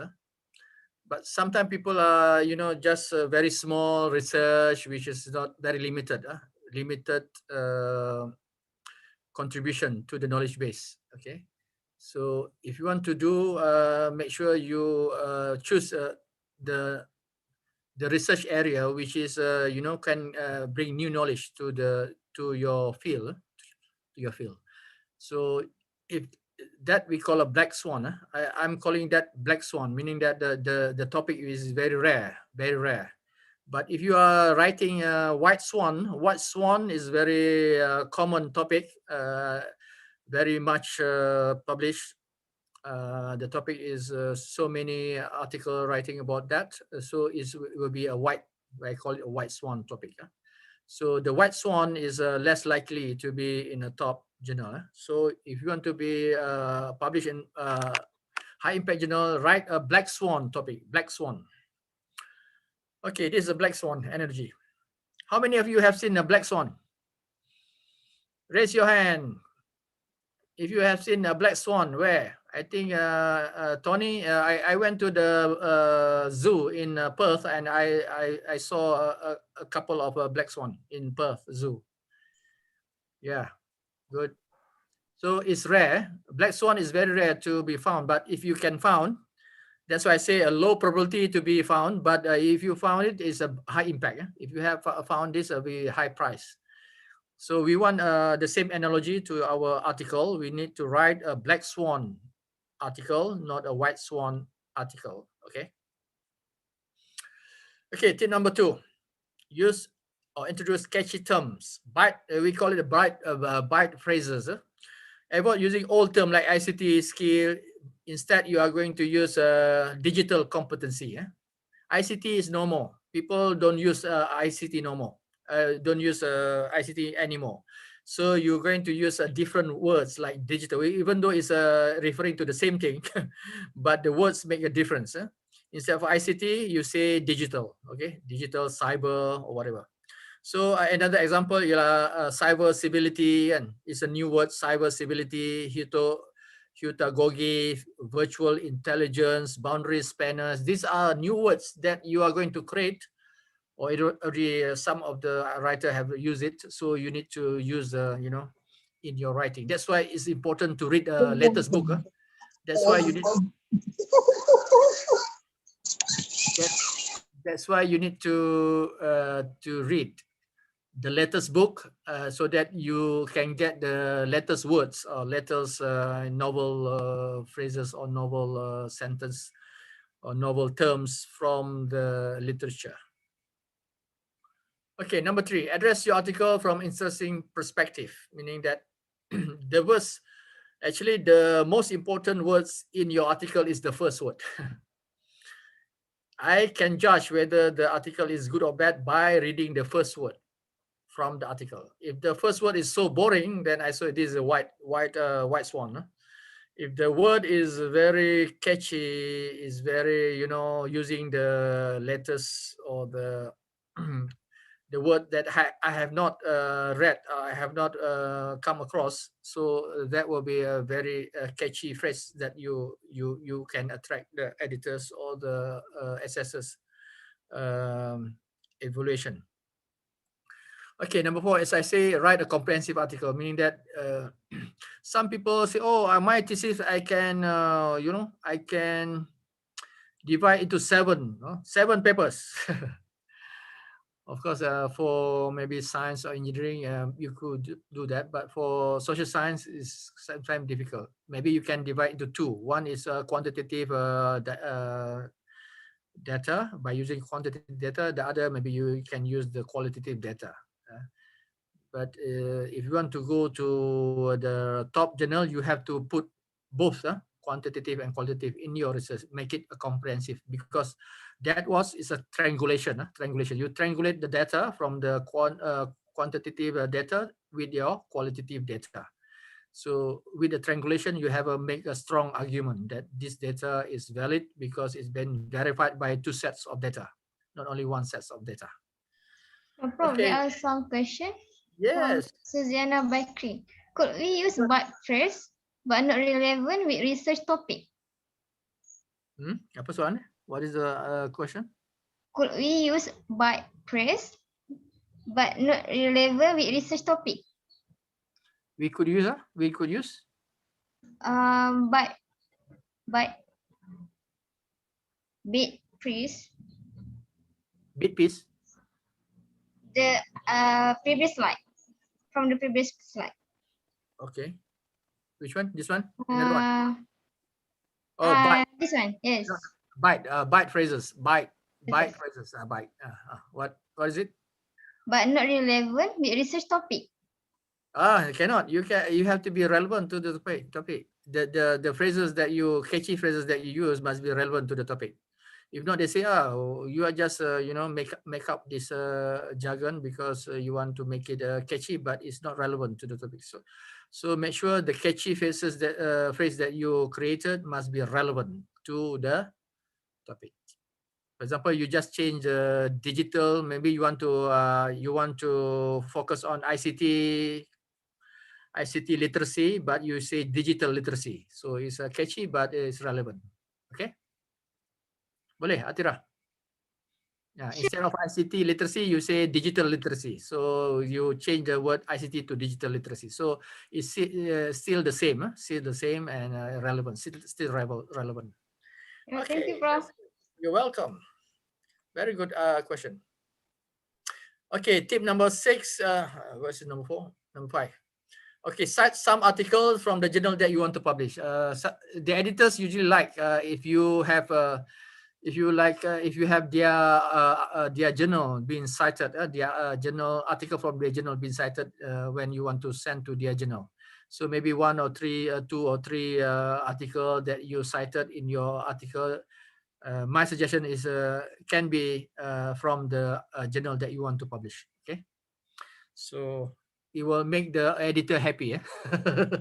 Make the editor happy. Okay, write the article until you are fully satisfied and convinced that it will be published. Okay, if you yourself is not confident that it will be published, how can you ensure that the editor will convince that it will be published? So you yourself must be 100% confidence that this piece is my very best shot that I wrote because I put a lot of efforts to make sure it's comprehensive, is catchy, is interesting, it has a contribution, clearly methodology was very clear, the statistics is very accurate, and so on. Okay. Tip number 7, get second opinion, meaning that before you send your article, don't be shy. Some people are very shy to show their article to other people. Of course, you are very shy to show because it's a very shoddy work, but you have to make it very publishable, almost 100%, almost 100% ready to be sent to the journal. Then you send to your friends or to your professor or to lecturers, other lecturers to read, so that they will make comments on what is weaknesses of your article. Don't be shy, because if better to do that, then you get rejected. If you are not getting the comment from your friends, you will get comment from the editors, which is a very negative, which is rejected. Okay. Prof, there are some more questions. Yes. From Mini, is 2 or 3 articles from the same journal is enough to be cited, Prof? Yeah, 2 or 3 is enough. As long as the editor say, oh, he or she is cited from my journal, so it will make me happy. But not too much, not too many, because when too many, it become biased. Because you want to, it seems that you want to you want to jack the editor. You want to polish the editor. No, 2 or 3 is enough. 2 or 3 is enough. Thank you, Prof. Thank you. Okay, number 8. Never underestimate the power of networking. This is when you go to conferences. The first thing that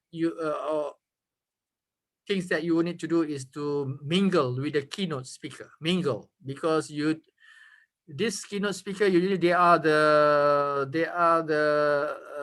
assessor of articles. A lot of articles, they are the evaluators.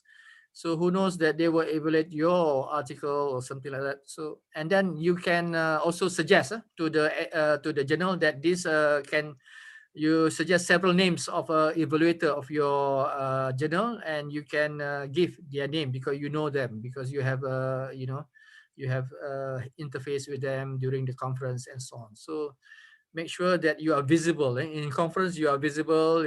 You are talking to the keynote speaker. You are talking to the presenters, the main presenters, so that who knows, you can suggest their name as your reviewer for your article. Reviewer for your article. So next time, if you are in a conference with me, make sure you talk to me. I could also be your external examiner. Yeah. They say Professor Ramlee is a killer examiner. Killer. All right. It's not killer. It's just I have a high standard of quality to maintain the quality. Okay, number 9 is never give up under major corrections. Okay, if you got a very bad review, meaning that you need to make a major correction. In fact, the paper was rejected. But what is important is the reviewer comments, the comments from the reviewer that you need to improve. Even though you are not going to send to the same journal, you can send to other journal after your corrections. So never give up. Maybe you can publish in better journal. This happened to me when I sent to one journal and it was rejected. It was rejected, even though I was so convinced that my article will be published. But maybe because we have the different thoughts, different, in Malay we say different mazhab. So different type of perspective from the reviewer and from myself. So it was rejected, but I make the correction and I sent to another Scopus journal, and it was easily accepted by another journals. Okay, so never give up. Okay, write your article as a comprehensive story. Never write. I would say jumping ideas, jumping around. The idea jumping jack idea, meaning that your ideas is jumping around, meaning that there is no cohesive, there is no coherent, meaning that one paragraph talk another thing, the second paragraph talk another thing, and the third paragraph talk totally different things. So you need to have a flow of ideas, very smooth flow of a train of ideas in your article. So how to do that? Very simple. Is the last line of your first paragraph must introduce the second paragraph. I repeat again, the last line of your first paragraph must introduce the idea for the second paragraph. The same thing with the second paragraph. The last sentence of the second paragraph must introduce the idea in the third paragraph. So it will be continuation. So don't jump around. Don't jump around. Okay. Okay, my strategies for writing a journal article for, I'm not sure, but almost likely to be published. Number 1, read a review at least 30 related journals. 30, I mean 30. If you have not read 30 article, you are not ready to write an article because your knowledge of previous research is very scanty. So in order to write a very good article, this is my tips. You have to find 30 articles from the different era, meaning that the latest one, maybe 10 from the latest one, 10 from the middle era, and the 10 from the initial era. So you can write about the evolution of the ideas from the previous research. Okay, at least 5 from the journal that I want to send, meaning at least 5 articles from the journal that you want to send, because you are going to be familiar with their format, what the format the article or the editor accepts, what kind of journal that they accept. And 60%, as I say, 60% must be recent. 60% of your references must be recent, meaning that 2015 and above.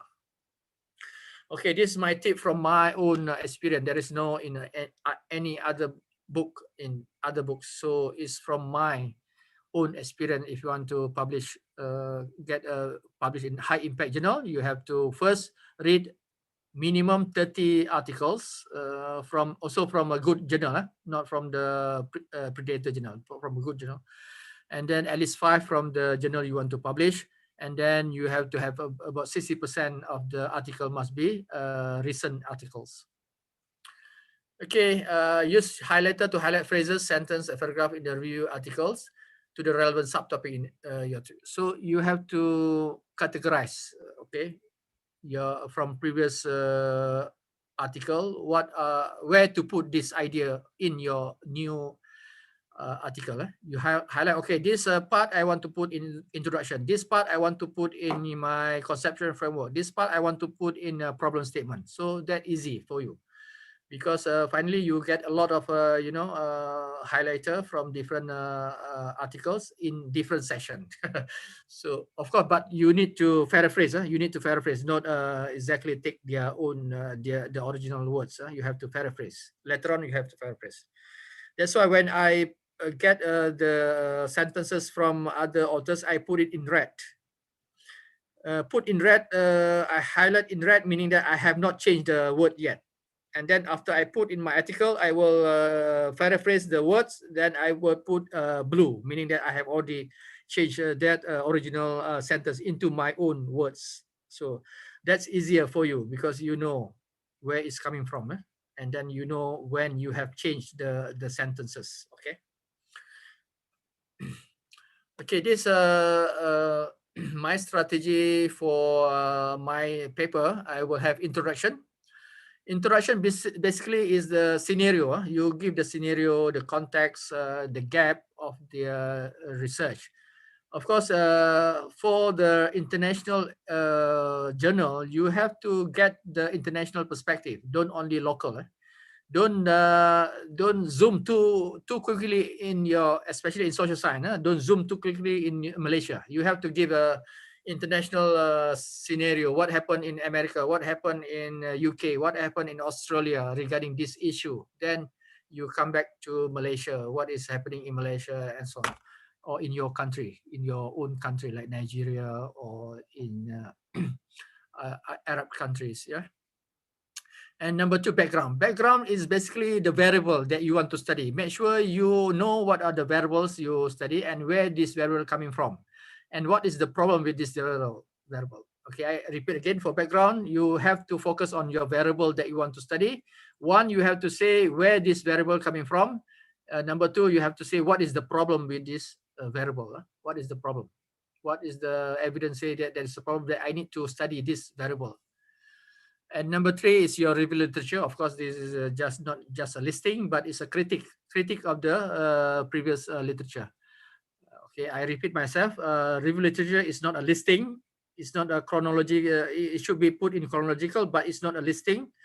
It must be a very critical, and it's a critic of the previous literature. Critics, and so can use as a comparison, comparative comparison between different methodology, different theories, and so on. Okay, what is usually missing is theoretical and concept framework. If you are wise enough, if you follow my lecture today, the next your paper should include this, even though you don't have a specific topic about conceptual framework, but you embedded that one. You have to explain where the variables, what is the theory used, what is the theory explains about the relationship between variables. Especially if you have moderator or mediator, where this moderator coming from? Where is the mediator coming from? You have to explain to the reader. Okay, methodology, of course, you have to be very specific. Don't say that I'm using quantitative research, I'm using a qualitative research. That is very general. In fact, qualitative and quantitative is a paradigm, not a research method. It's a paradigm, research paradigm. So you use a very specific, meaning that I'm using quasi-experimental design, I'm using a survey design, I'm using a correlational design, I'm using a ex post facto design. Okay, if you are using qualitative, make sure you say not interview. I'm using ethnography. I'm using symbolic interaction. I'm using heuristic methodology. I'm using grounded theory. These are all qualitative research methods. So be specific. Don't be too general, because if you say, oh, I'm using quantitative, it's about 20 quantitative research method that you have in the literature. So you have to be very specific. And my student know that I do not encourage you to use a mixed method, because mixed method usually is very broad, and you usually cannot explain what is your quantitative, what is qualitative. Because a mixed method, even in research in Viva, I will say, what is your quantitative research method? Oh, I'm using cause experiment, Prof. What is your qualitative method? Usually they say interview. Interview is not a method. Interview is just instrument to collect qualitative data. It's not a specific method. Why it's not specific method? Why interview cannot be a specific method? Atira, jawab.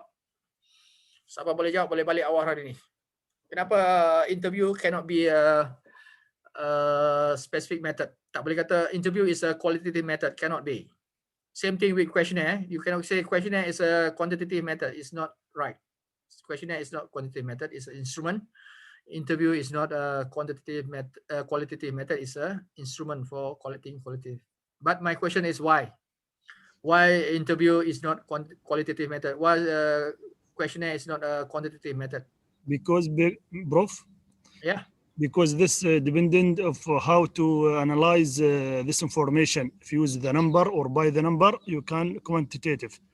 But if can using a questionnaire or interview without number, this is qualitative. Yeah, I know, but that the interview is an instrument, is not a research method. So my question is, why interview cannot be a research method? Why interview cannot be a research method? It's just an instrument to collect a qualitative data. Because this is only the tool to get the data. Yeah, I know. So the answer is because, okay, write down. This is 100 million punya jawapan answer. Because interview is used by all the qualitative method. All the qualitative method use interview. When interview is used by all the methods, it cannot be a method by itself. You understand? Macam questionnaire kan? Semua all the quantitative research use questionnaire, most of them. So questionnaire cannot be a research method because it's been used by other. Because research method must be unique. Research must be unique. Macam experimental design must be different with survey. Survey must be different with ex post facto design. Ex post facto design must be different with correlational design. So each design must be different. They cannot be the same. But if you use interview for all the research, is be the same lah. Yeah, you use interview for ethnography, you will use interview for the phenomenology. If you use interview for grounded theory, if you use interview for heuristic, if you use interview for case study, so all the research method use interview. So interview itself cannot be a method because it's not unique. Okay, understand? That's why I usually don't allow my student to use mixed method. I just say them use one method but supportive by other method. Supportive. Because mixed method meaning you are using 50-50. 50-50, but usually it's not 50-50. You have a dominant method and then you have a supportive methods. Okay, ada soalan tentang ini. Banyak ini kontroversi. Satu lagi, I don't want to embarrass you in the Viva. If you use mixed method, the question that this is a leak question.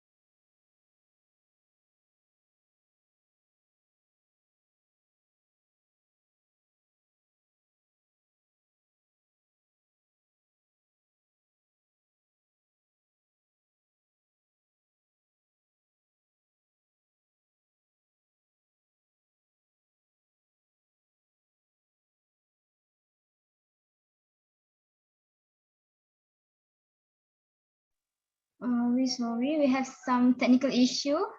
We will please do stay in this platform.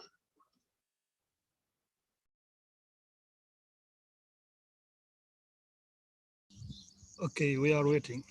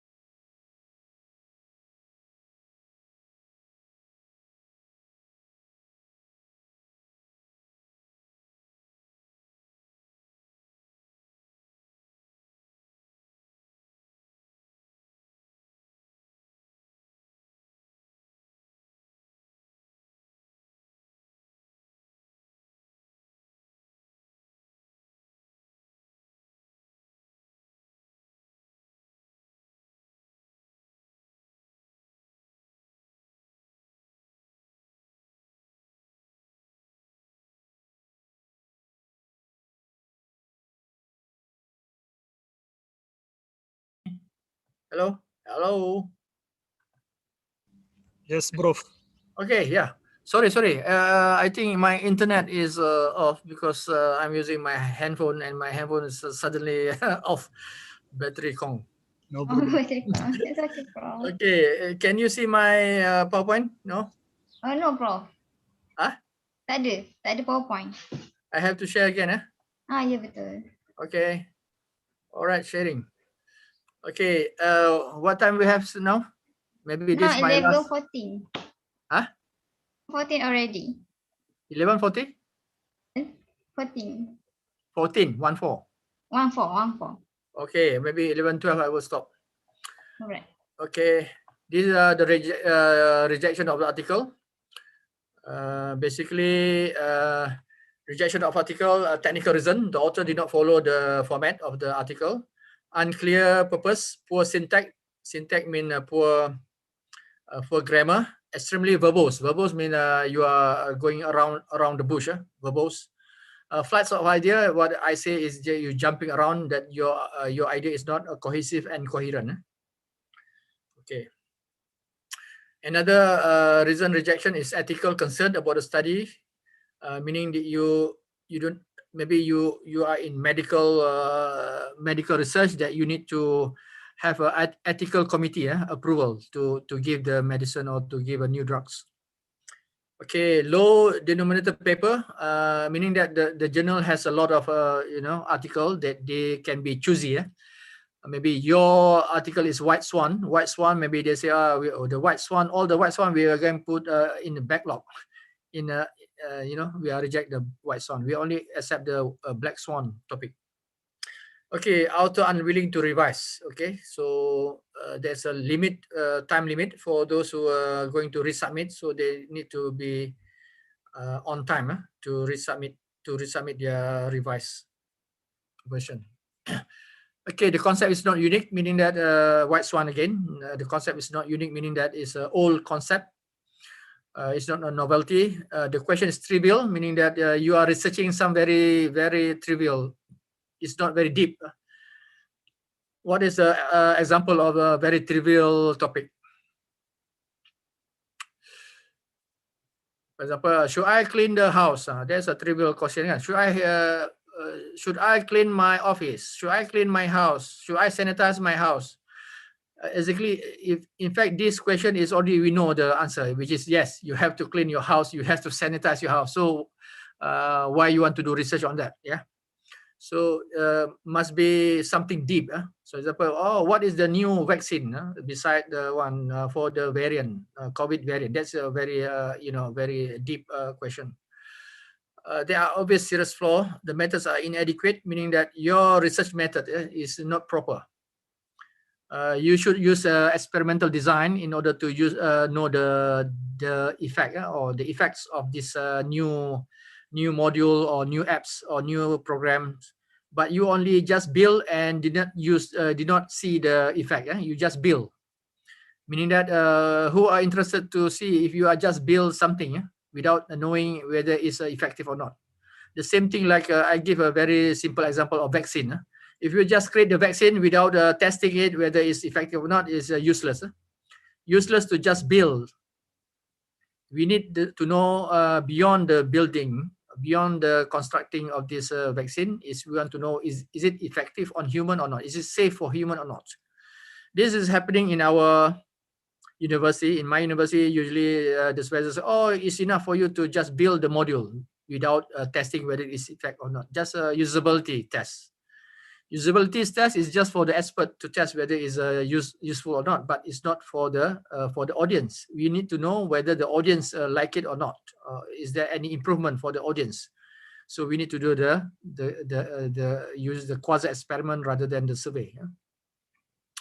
Okay, result is not significant. This is a problem if you have a lot of your null hypothesis is accepted. Null hypothesis accepted, meaning there is no difference between the control and the experiment group, meaning that most of your 90% of your null hypothesis is accepted, meaning there is no difference. So no difference meaning useless. Useless. In fact, you know that in theory that it should be a difference between these two, because experimental must show a difference. I don't want, as an editor of a journal, I don't want to accept an article which is all the null hypothesis accepted. I don't want to accept. Faham tak, Atira? Kenapa? Why I don't want to accept all the null hypothesis which is acceptable? The function buat kajian tu. There's no useless because there's no difference, because you expect there's a difference between control and experiment. If you accept the null hypothesis, there is no difference. So as editor, chief editor of international journal, I will not, I will reject that type of article. But you say, oh, Prof, this is from my thesis. I cannot. It's out of my control. Actually, it's not out of control. You didn't design it properly. It's not out of control. You did not design it properly. In order to reduce type 1 error, type 2 error, there's two ways. Yeah, for type 1 error to reduce, you must have a random sampling, random. Now with the Google form, you seldom get a random. The Google form usually not random. And then you number 2 is type error 2. To reduce type error 2 is to increase the sample size. Sample size must be big. If you have only 50 respondents, I'm sure it's not going to be significant. You have to have like 300, 500 respondents, then you get a much more statistical power to reject your null hypothesis. I hope you understand what I'm talking about. But if you don't understand, I'm sure 10 years from now, you understand what I'm talking about. Okay. But if you don't understand, just put a note there, or just ask me to explain more. This is just a miscommunication, whatever. And don't bluff. What do you mean? Don't bluff. Don't bluff meaning don't plagiarize other people and work and you say it's mine. Don't bluff meaning that don't cheat, meaning that your sample is not random but you say it's random. Don't bluff meaning that don't cheat the assessor, saying that, oh, my research is empirical research, but in actual fact it's not empirical, it's just a review of literature. Okay, don't bluff. Because in technology now, we can track whether you are telling the truth or not. If you bluff, you are going to be like this frog. Not the frog, the human. And this guy want to trick the frog. Right? He want to trick the frog. He just have the picture of ants.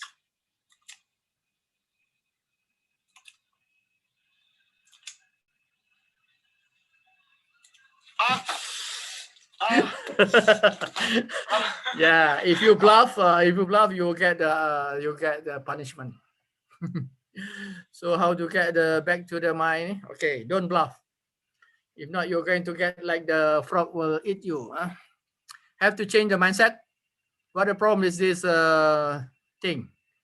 You want to write, you have to remove all the barriers. This is the barrier. You put a cart in front of the horse. How can you move? Okay, how can you move if you put the barriers in front? What are the barriers actually in writing your, are the barriers in writing your article? Tell me. Anybody can tell me what is the barriers or the key barriers in writing your article? Number one, what is that? Mindset. Mindset. Okay. Okay, Mr. Joe. You are right. Mindset. You have this mindset that, okay, I don't need to publish. Okay, what are the other things, the barrier? The other barrier is you lazy. Yeah? You are lazy to read. You are very lazy to read. So if you are lazy to read, don't imagine you can get to the Scopus publication. So those who are just very hardworking, love to read, then you are in the right track. Okay. So this Charles Darwin says it's not the strongest who survive, nor the most intelligent, but it's the most adaptable to the change, meaning that you are adaptable to the requirements. You are adaptable to the requirements of the university, requirements of your workplace, and so on, in order to survive. And for me, for a good researcher, you have to have a good hormone. Good hormone. If you have bad hormone, then you are not a good researcher, good writer. What is a good hormone? One is dopamine. You know dopamine? Who know about dopamine? What does this hormone do for you? This is a love hormone, doctor. Love hormone. Yeah, you love your work. You are excited about things. This is dopamine. So in order to be a good researcher, good writer, you have to love your work. You have to love reading. You have to love your research. You have to love writing. Okay, this dopamine must be in your body. Okay, it will be if you love reading, then it will increase the excitement for you. Oxytocin, what is this? Oxytocin is human. Yeah, the hormone that make you human. Human meaning that you are willing to help others. For example, I'm willing to help you because I have this oxytocin. Yeah. If I don't want to help you, I say, oh, my salary is 30K per month, so I don't need to give any lecture. I can publish whatever I want. So, but I'm sharing with you how to write. So I have this oxytocin hormone that I want my student also to succeed. My student to, other people also to succeed as a successful researcher, successful writer, successful academicians. Yeah, successful student, PhD student. You graduate with a quality thesis and so on. And the other one is endorphin. What is endorphin? I think endorphin is a very familiar, very well-known hormone. What is endorphin? Anybody? Siapa boleh jawab boleh? Happy, yeah, very happy. Siti Haja, yeah. If you have endorphin, you are very happy people. So you smile a lot, you crack jokes, and you be happy. Even when you're presenting, you are not serious like me. I'm presenting, but I'm happy. Very happy. So happy, we can see an example of happiness here. This lady is very happy. Where to minimize? Yes, sure. It is sure happy. How to minimize this? Oh, this is okay here. All right, let's see, because this video cannot be played when it's not minimized. Okay. How to play this? Oh yeah. Okay. Okay, these are wedding. It's a wedding.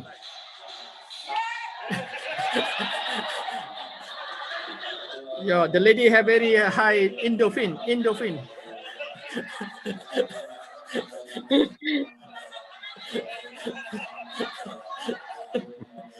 Is this your jiran, Prof? Yeah, yes. That's Indonesian wedding. Japanese, Indonesian. Yes, Japanese. Japanese. The life is changed. Okay, very nice. They have a lot of endorphin. Okay, lastly, the 10 rules for getting published. 1, read many papers. Learn from both the good and the bad ones. Number 2, more objective you can be. Be objective. Be objective. Don't put your emotion. Don't put your emotion in your writing. Example of emotion in writing. What is the word emotion that we can say is emotion in writing? Doctor, unfortunately, sadly, happily, or surprisingly, they are the words. That's a emotion word. Very good, Tony. Another example is that I like this theory very much. That is very emotion. Or I hate this theory very much. That is also emotion. You must be objective, and you have to be. You have to have a pro and cons. Pro and cons. And then good editors review will be objective about your work. If you do not write well in English, make sure you have this editing service. Learn to live with rejection. Okay, understand what makes a good science. You have to know the science. For example, if there's involved theory, that make sure you know the theory. And then 7, start writing paper the day you have the idea. Don't put off. Do not put off. Oh, Rahima, how are you, Rahima? How are you? Say, hi, Rahima is my student, PhD student, taking my course. And become a reviewer early in your career and decide early on what you want to publish. Okay, don't put off. A good work, don't put off. Don't be procrastinate. Don't procrastinate. So you must, anytime you have the idea, make sure you jot down your idea and then try to work it on. And decide early on what you try to publish and which journal you want to publish. So if you want to publish in Scopus Journal, Journal of Vocational Behaviors, a very good journal in my field. So you need to know their requirement and so on. And finally, is quality, not quantity. Is quality is some famous like Nobel laureates. They don't have many papers, but each paper that they write is the gold standard. Each paper that they write is a gold standard, meaning that will impact the whole world. Impact. So thank you very much. I think this is all about today's presentation. I think you have been bombarded with a lot of information. But I think I can also help you if you have a question later on. I give you my handphone number. So anything that you still unclear, you can contact me. And for now, this is all my presentation. I give back my presentation to Atira, the excellent moderator today. Yeah, Atira. Okay, right. Thank you, Prof. Prof, there are some questions from the text box. Yeah, okay, you can read. Okay, alright. From Hafiz Mustapha, Prof, maksudnya kalau kajian kuantitatif dah guna questionnaire, jadi tak sesuai tak perlu dah guna interview ya? Betul ke macam tu, Prof? Tak boleh. Dia kena triangulation, mesti ada 3 instrument. Okay, I will say you, in any research that you want to do, there is a triangulation concept, meaning that you have to have at least 3 different instruments. Yeah? So you have questionnaire, you have interview, you have observation, 3 questionnaire. Or you have a test, and you have a questionnaire, and you have a observation, 3. So you need to have a triangulation. If not, you cannot triangulate if you only get from one set of data from one instrument. So 3 instruments, minimum 3 instruments. Okay. Okay, alright. Next from Abu Bakar, Prof, if I'm using empirical method to design a new model as my thesis, which method would suitable for the literature review? Because the model is unique within geographical location or country. There's no research design for literature review. Research design for your research, I think, is a model development. Your research design is model development. But you have to based on which development model that you use. For example, some people use what is DDR. DDR as their development model for their research design, which is to develop a model, and their research design is model development based on DDR. Model development based on DDR. Okay, that's your research design. Okay. From Sabaruddin Kadir, what about triangulation? What about triangulation? Triangulation is that you have to verify the data from one set of data from one instrument to another set of data from another set. So because you cannot depend on one set of data. Because if one set of data is wrong, then the whole thing is wrong. The whole thing is wrong because you need to verify. You need to verify your data from different sources. Okay. So my suggestion and literature also says that triangulation is one way to verify your data from one set to another sets by using different instruments. Okay. Okay, and from Lashini, which website database can get Scopus articles? Oh, there's a lot. There's a lot. You can go to Scopus also, Scopus websites, so you can find. Even the journal itself also will claim that they are Scopus index, but you have to check whether they're still in the Scopus list. Sometimes they are out of the Scopus list. Yeah, for the Predators journal, sometimes they are out. So one suggestion is to send to Scopus journal to make sure that it will not be out, it will not be kicked out from Scopus. One is you make sure that the authors are not from one country or one region. If I see the writer for this Scopus journal mostly from Malaysia, China, from Asian countries, and none from the Western country, I know that eventually this journal will be kicked out of the Scopus. Okay, number two, if the you know the publication is too many. For example, is 10 times per year. How come you could be 10 times per year? You know, even the next one maybe 3 or 4 times per year, or 2 times is 2, 3, 4 is good enough for the publication. But if too many, meaning that it's a predator journal, they want to make money by accepting your article. And number three, if you see the article and article is not edited, meaning that article have a grammatical error and a very poor article, I'm sure that the journal will not be last long in Scopus. Yeah. Okay. Okay, maybe this from Siti Aisha, Prof. Is it okay if I write 3 different papers with different technique to achieve optimization, but with same fabrication method and material? For example, paper 1, I write about Teguchi method in extraction PCL, paper 2 about full factorial in extraction PCL, and paper 3 about RSM in extraction PCL. My question is, all this method, is it you implement in your research or not? All this method, have you implement, or is just a literature review? Yes, Siti Aisha, can you please open your mic? And open your mouth. Open your mouth. No, just literature review. Cannot. Cannot. Yeah, if you're a literature review, you cannot use the same data because you don't have the data again. But you need to widen your reading so that it will not be similar to one to another. Yeah, maybe you have one method with a different set of data from the different researcher. Okay, because nowadays it's very easy to see similarity. Yeah, to see similarity it's very easy. Okay. It's dangerous. Dangerous, very dangerous. Okay, there's a question from Dr. Rafida. Okay. How many references are needed to be included or listed in an article? 30. 30. Oh. For me, 30 for myself. But for other people, maybe lenient 10 is okay. There's so much question, Prof. Really? Wow. Question. MG.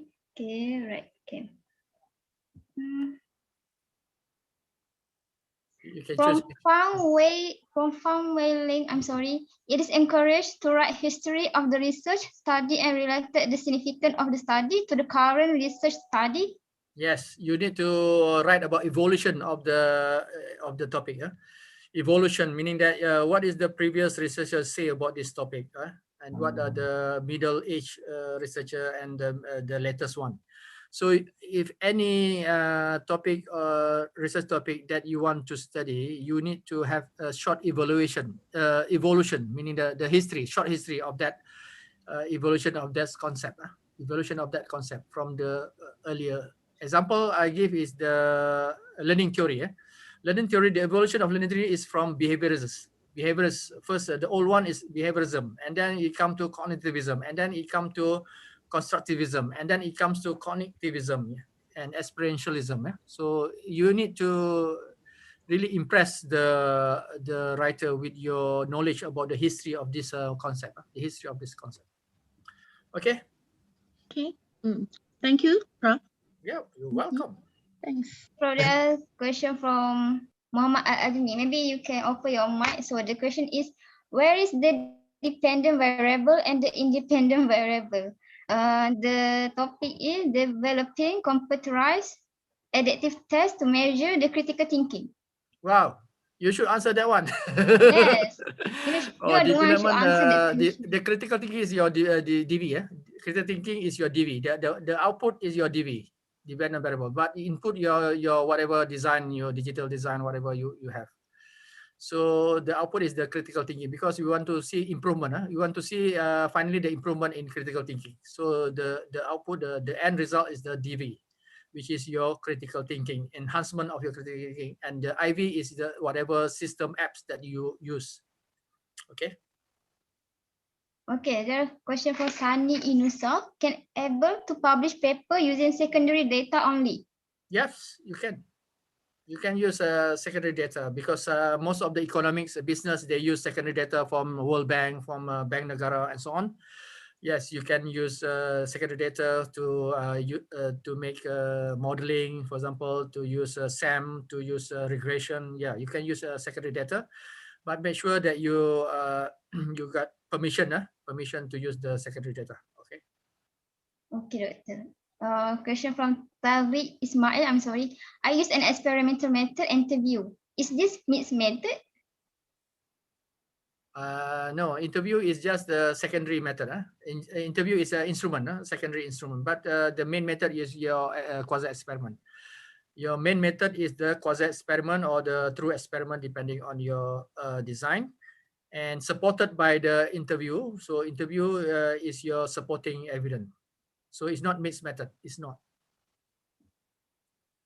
Okay. From Sabarudin, theory is best for quantity, framework is best for quality. Theory is best for quantity, framework is best for quality. No, maybe he answer whether we can use theory. The answer is yes. Theory can be applied for both quali and quanti. You have to have theory, except those field that they say they don't have theory, like history. History, they say they don't have theory. They just tell what happened in the past.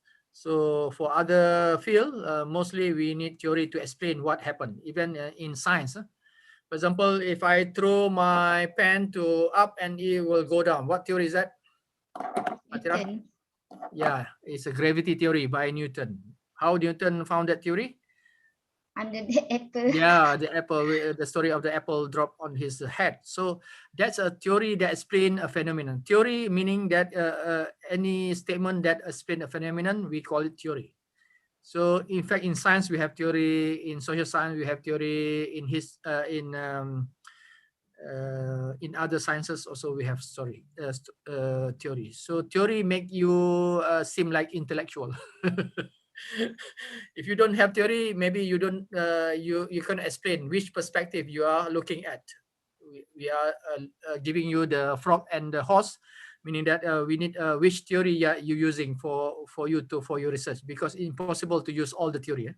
Impossible to use all the theory, or without it's also impossible without a theory, because without theory you don't know which perspective you are looking at your research problem. Okay. Okay, the question from Aziz Abdullah.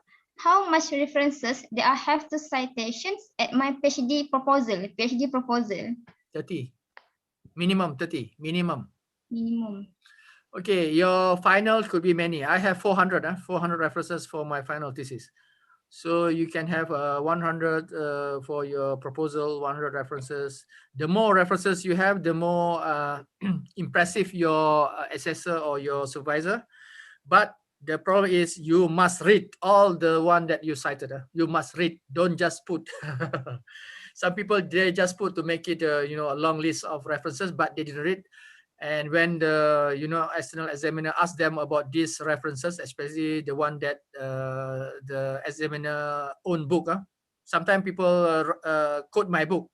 So I want to know whether they understand what I'm writing. And sometimes they misquote me. They tell something else. Okay. Okay, from Fang Wei Ling. It is alright, acceptable to write just chapter 1 to 3 before data collection for publication. Yes, you can use review literature as your research design, review literature only. That we call a conceptual framework, conceptual or reviewed paper. Thank you.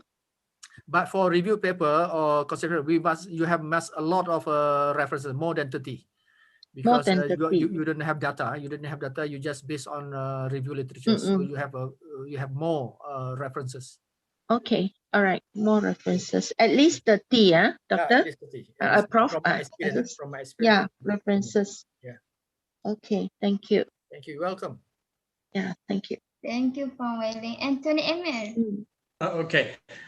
Sorry, doctor, it's me again. Okay, no problem. Oh, sure. I like to see your face. Thank you very much, sir. And I promise next time I will shave, but I just have a bet with my neighbor who can hold the beard until end of MCO. Okay. No problem. Let's see how it goes. Yeah. Okay. Sorry, doctor. My question is very short, and I want to see for the proposal, for PhD research proposal. I mean, not the initial proposal, but 2 to 3 pages, but the one we expect about 50 to 60 pages. For the lit review, how many references for the literature review? How many articles or journals we have to read? Yeah, I say minimum 30. So is I think more is okay, more is better, but minimum I think 30 before you go for your proposal presentation, because it will impress your supervisor if you have more references.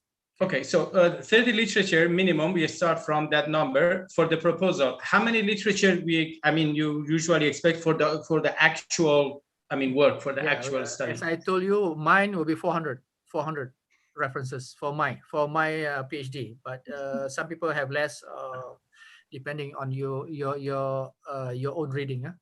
But the general rule is the more references is better, with the condition that you read all your references.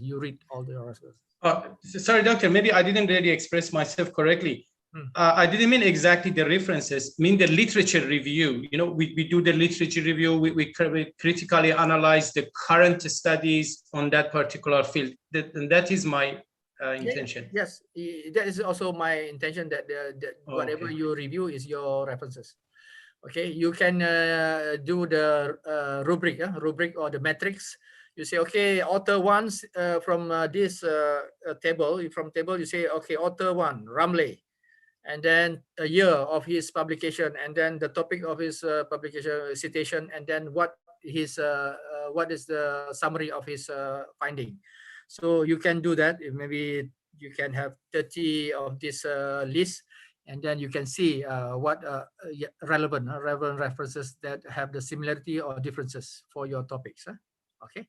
So metric is a good tool. Metric is a good tool for review literature, that you put each main authors that did publish or did research on the topic similar to you. Okay. So you can keep that one, so you don't forget, because you have a matrix. Yeah. Okay. Thank you. Thank you very much. All right. Thank you, Tony. Okay. From Siti Hajar Zakaria, can we make paper of literature only to publish in high impact journal? Yes, you can. You can, sure. But you have to read at least 30. Yeah. You have to read 30 references. Okay. And do all the metrics. Metrics. You have to. Okay, Prof. You have to write beautifully. Yeah, you have to write like a native. Don't write poorly. Okay. Okay, Prof. Maybe a last question for our today's session from Shaima. Prof, ada nasihat tak untuk pelajar yang semangat buat artikel lebih daripada tesis PhD, Prof? Yeah, I think it should be simultaneously. Yeah, you are writing your thesis and also you are going to publish. Because sometimes people getting excited. They have a lot of dopamine and endorphin that they after one being published, they, oh wow, I can write, I can publish, so I will need to write more. But they forgot about their thesis.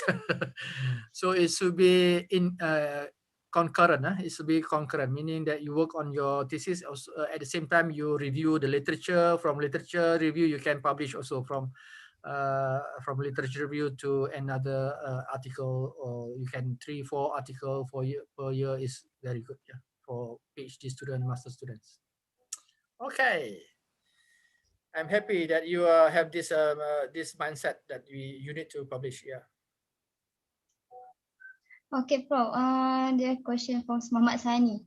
If I get Prof clearly in the discussion, he's a chief editor of a particular journal. Can we have the name of the journal? Pardon? If can you repeat? Prof, he said that if I get Prof clearly in the discussion, he is a chief editor of a particular journal.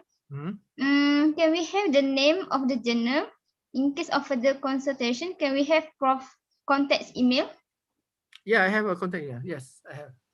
I have my phone number, so you can contact me through WhatsApp and ask me my my email. Okay, no problem. You can WhatsApp me and say, Prof, I just attended your seminar, webinar, whatever, and can I have your email? I can I want to send you something, or you ask you something. Prof, Yeah. maybe you can share your first slide earlier. I think you give the contact info at your first slide, right? Yeah. Yeah. All right. I have a very beautiful number 013-289-0181. Actually, 181 is my plate car number, but I have sold the car. My Lexus. Sad. Beautiful number. Okay, this beautiful. number 013-289-0181 is my phone number. You can WhatsApp me because usually I am very busy. So I rather take your WhatsApp rather than take your call. Especially at night, my wife will take my call, my phone call. So you can WhatsApp me and say, Prof, I have attended your webinar. So this is my question, or this is what I want to ask you. Okay. Okay, all right. I can give you my email also. Okay, no problem. Okay, thank you to Professor Dr. Ramlee Mustapha for such an informative knowledge. I believe there will be quite new and interesting information for some of us. We hope that with this sharing, it will widen our views on how to publish a high-impact journal publication. So again, thank you to Professor Dr. Ramlee Mustapha for the sharing today. Okay, I just put, thank you very much for inviting. I just put my email here, drramlee@yahoo.com. Oh, okay, all right. Very simple. Dr. Ramlee, no separation, so all lowercase. Dr. Ramlee@yahoo.com. My email. Okay, I'm very happy today because I have enjoyed my talk with your responses, positive responses, and very positive energy from you. So even though I cannot see all of you, maybe before we close, we can have a group photo. Yes, Prof. Yes.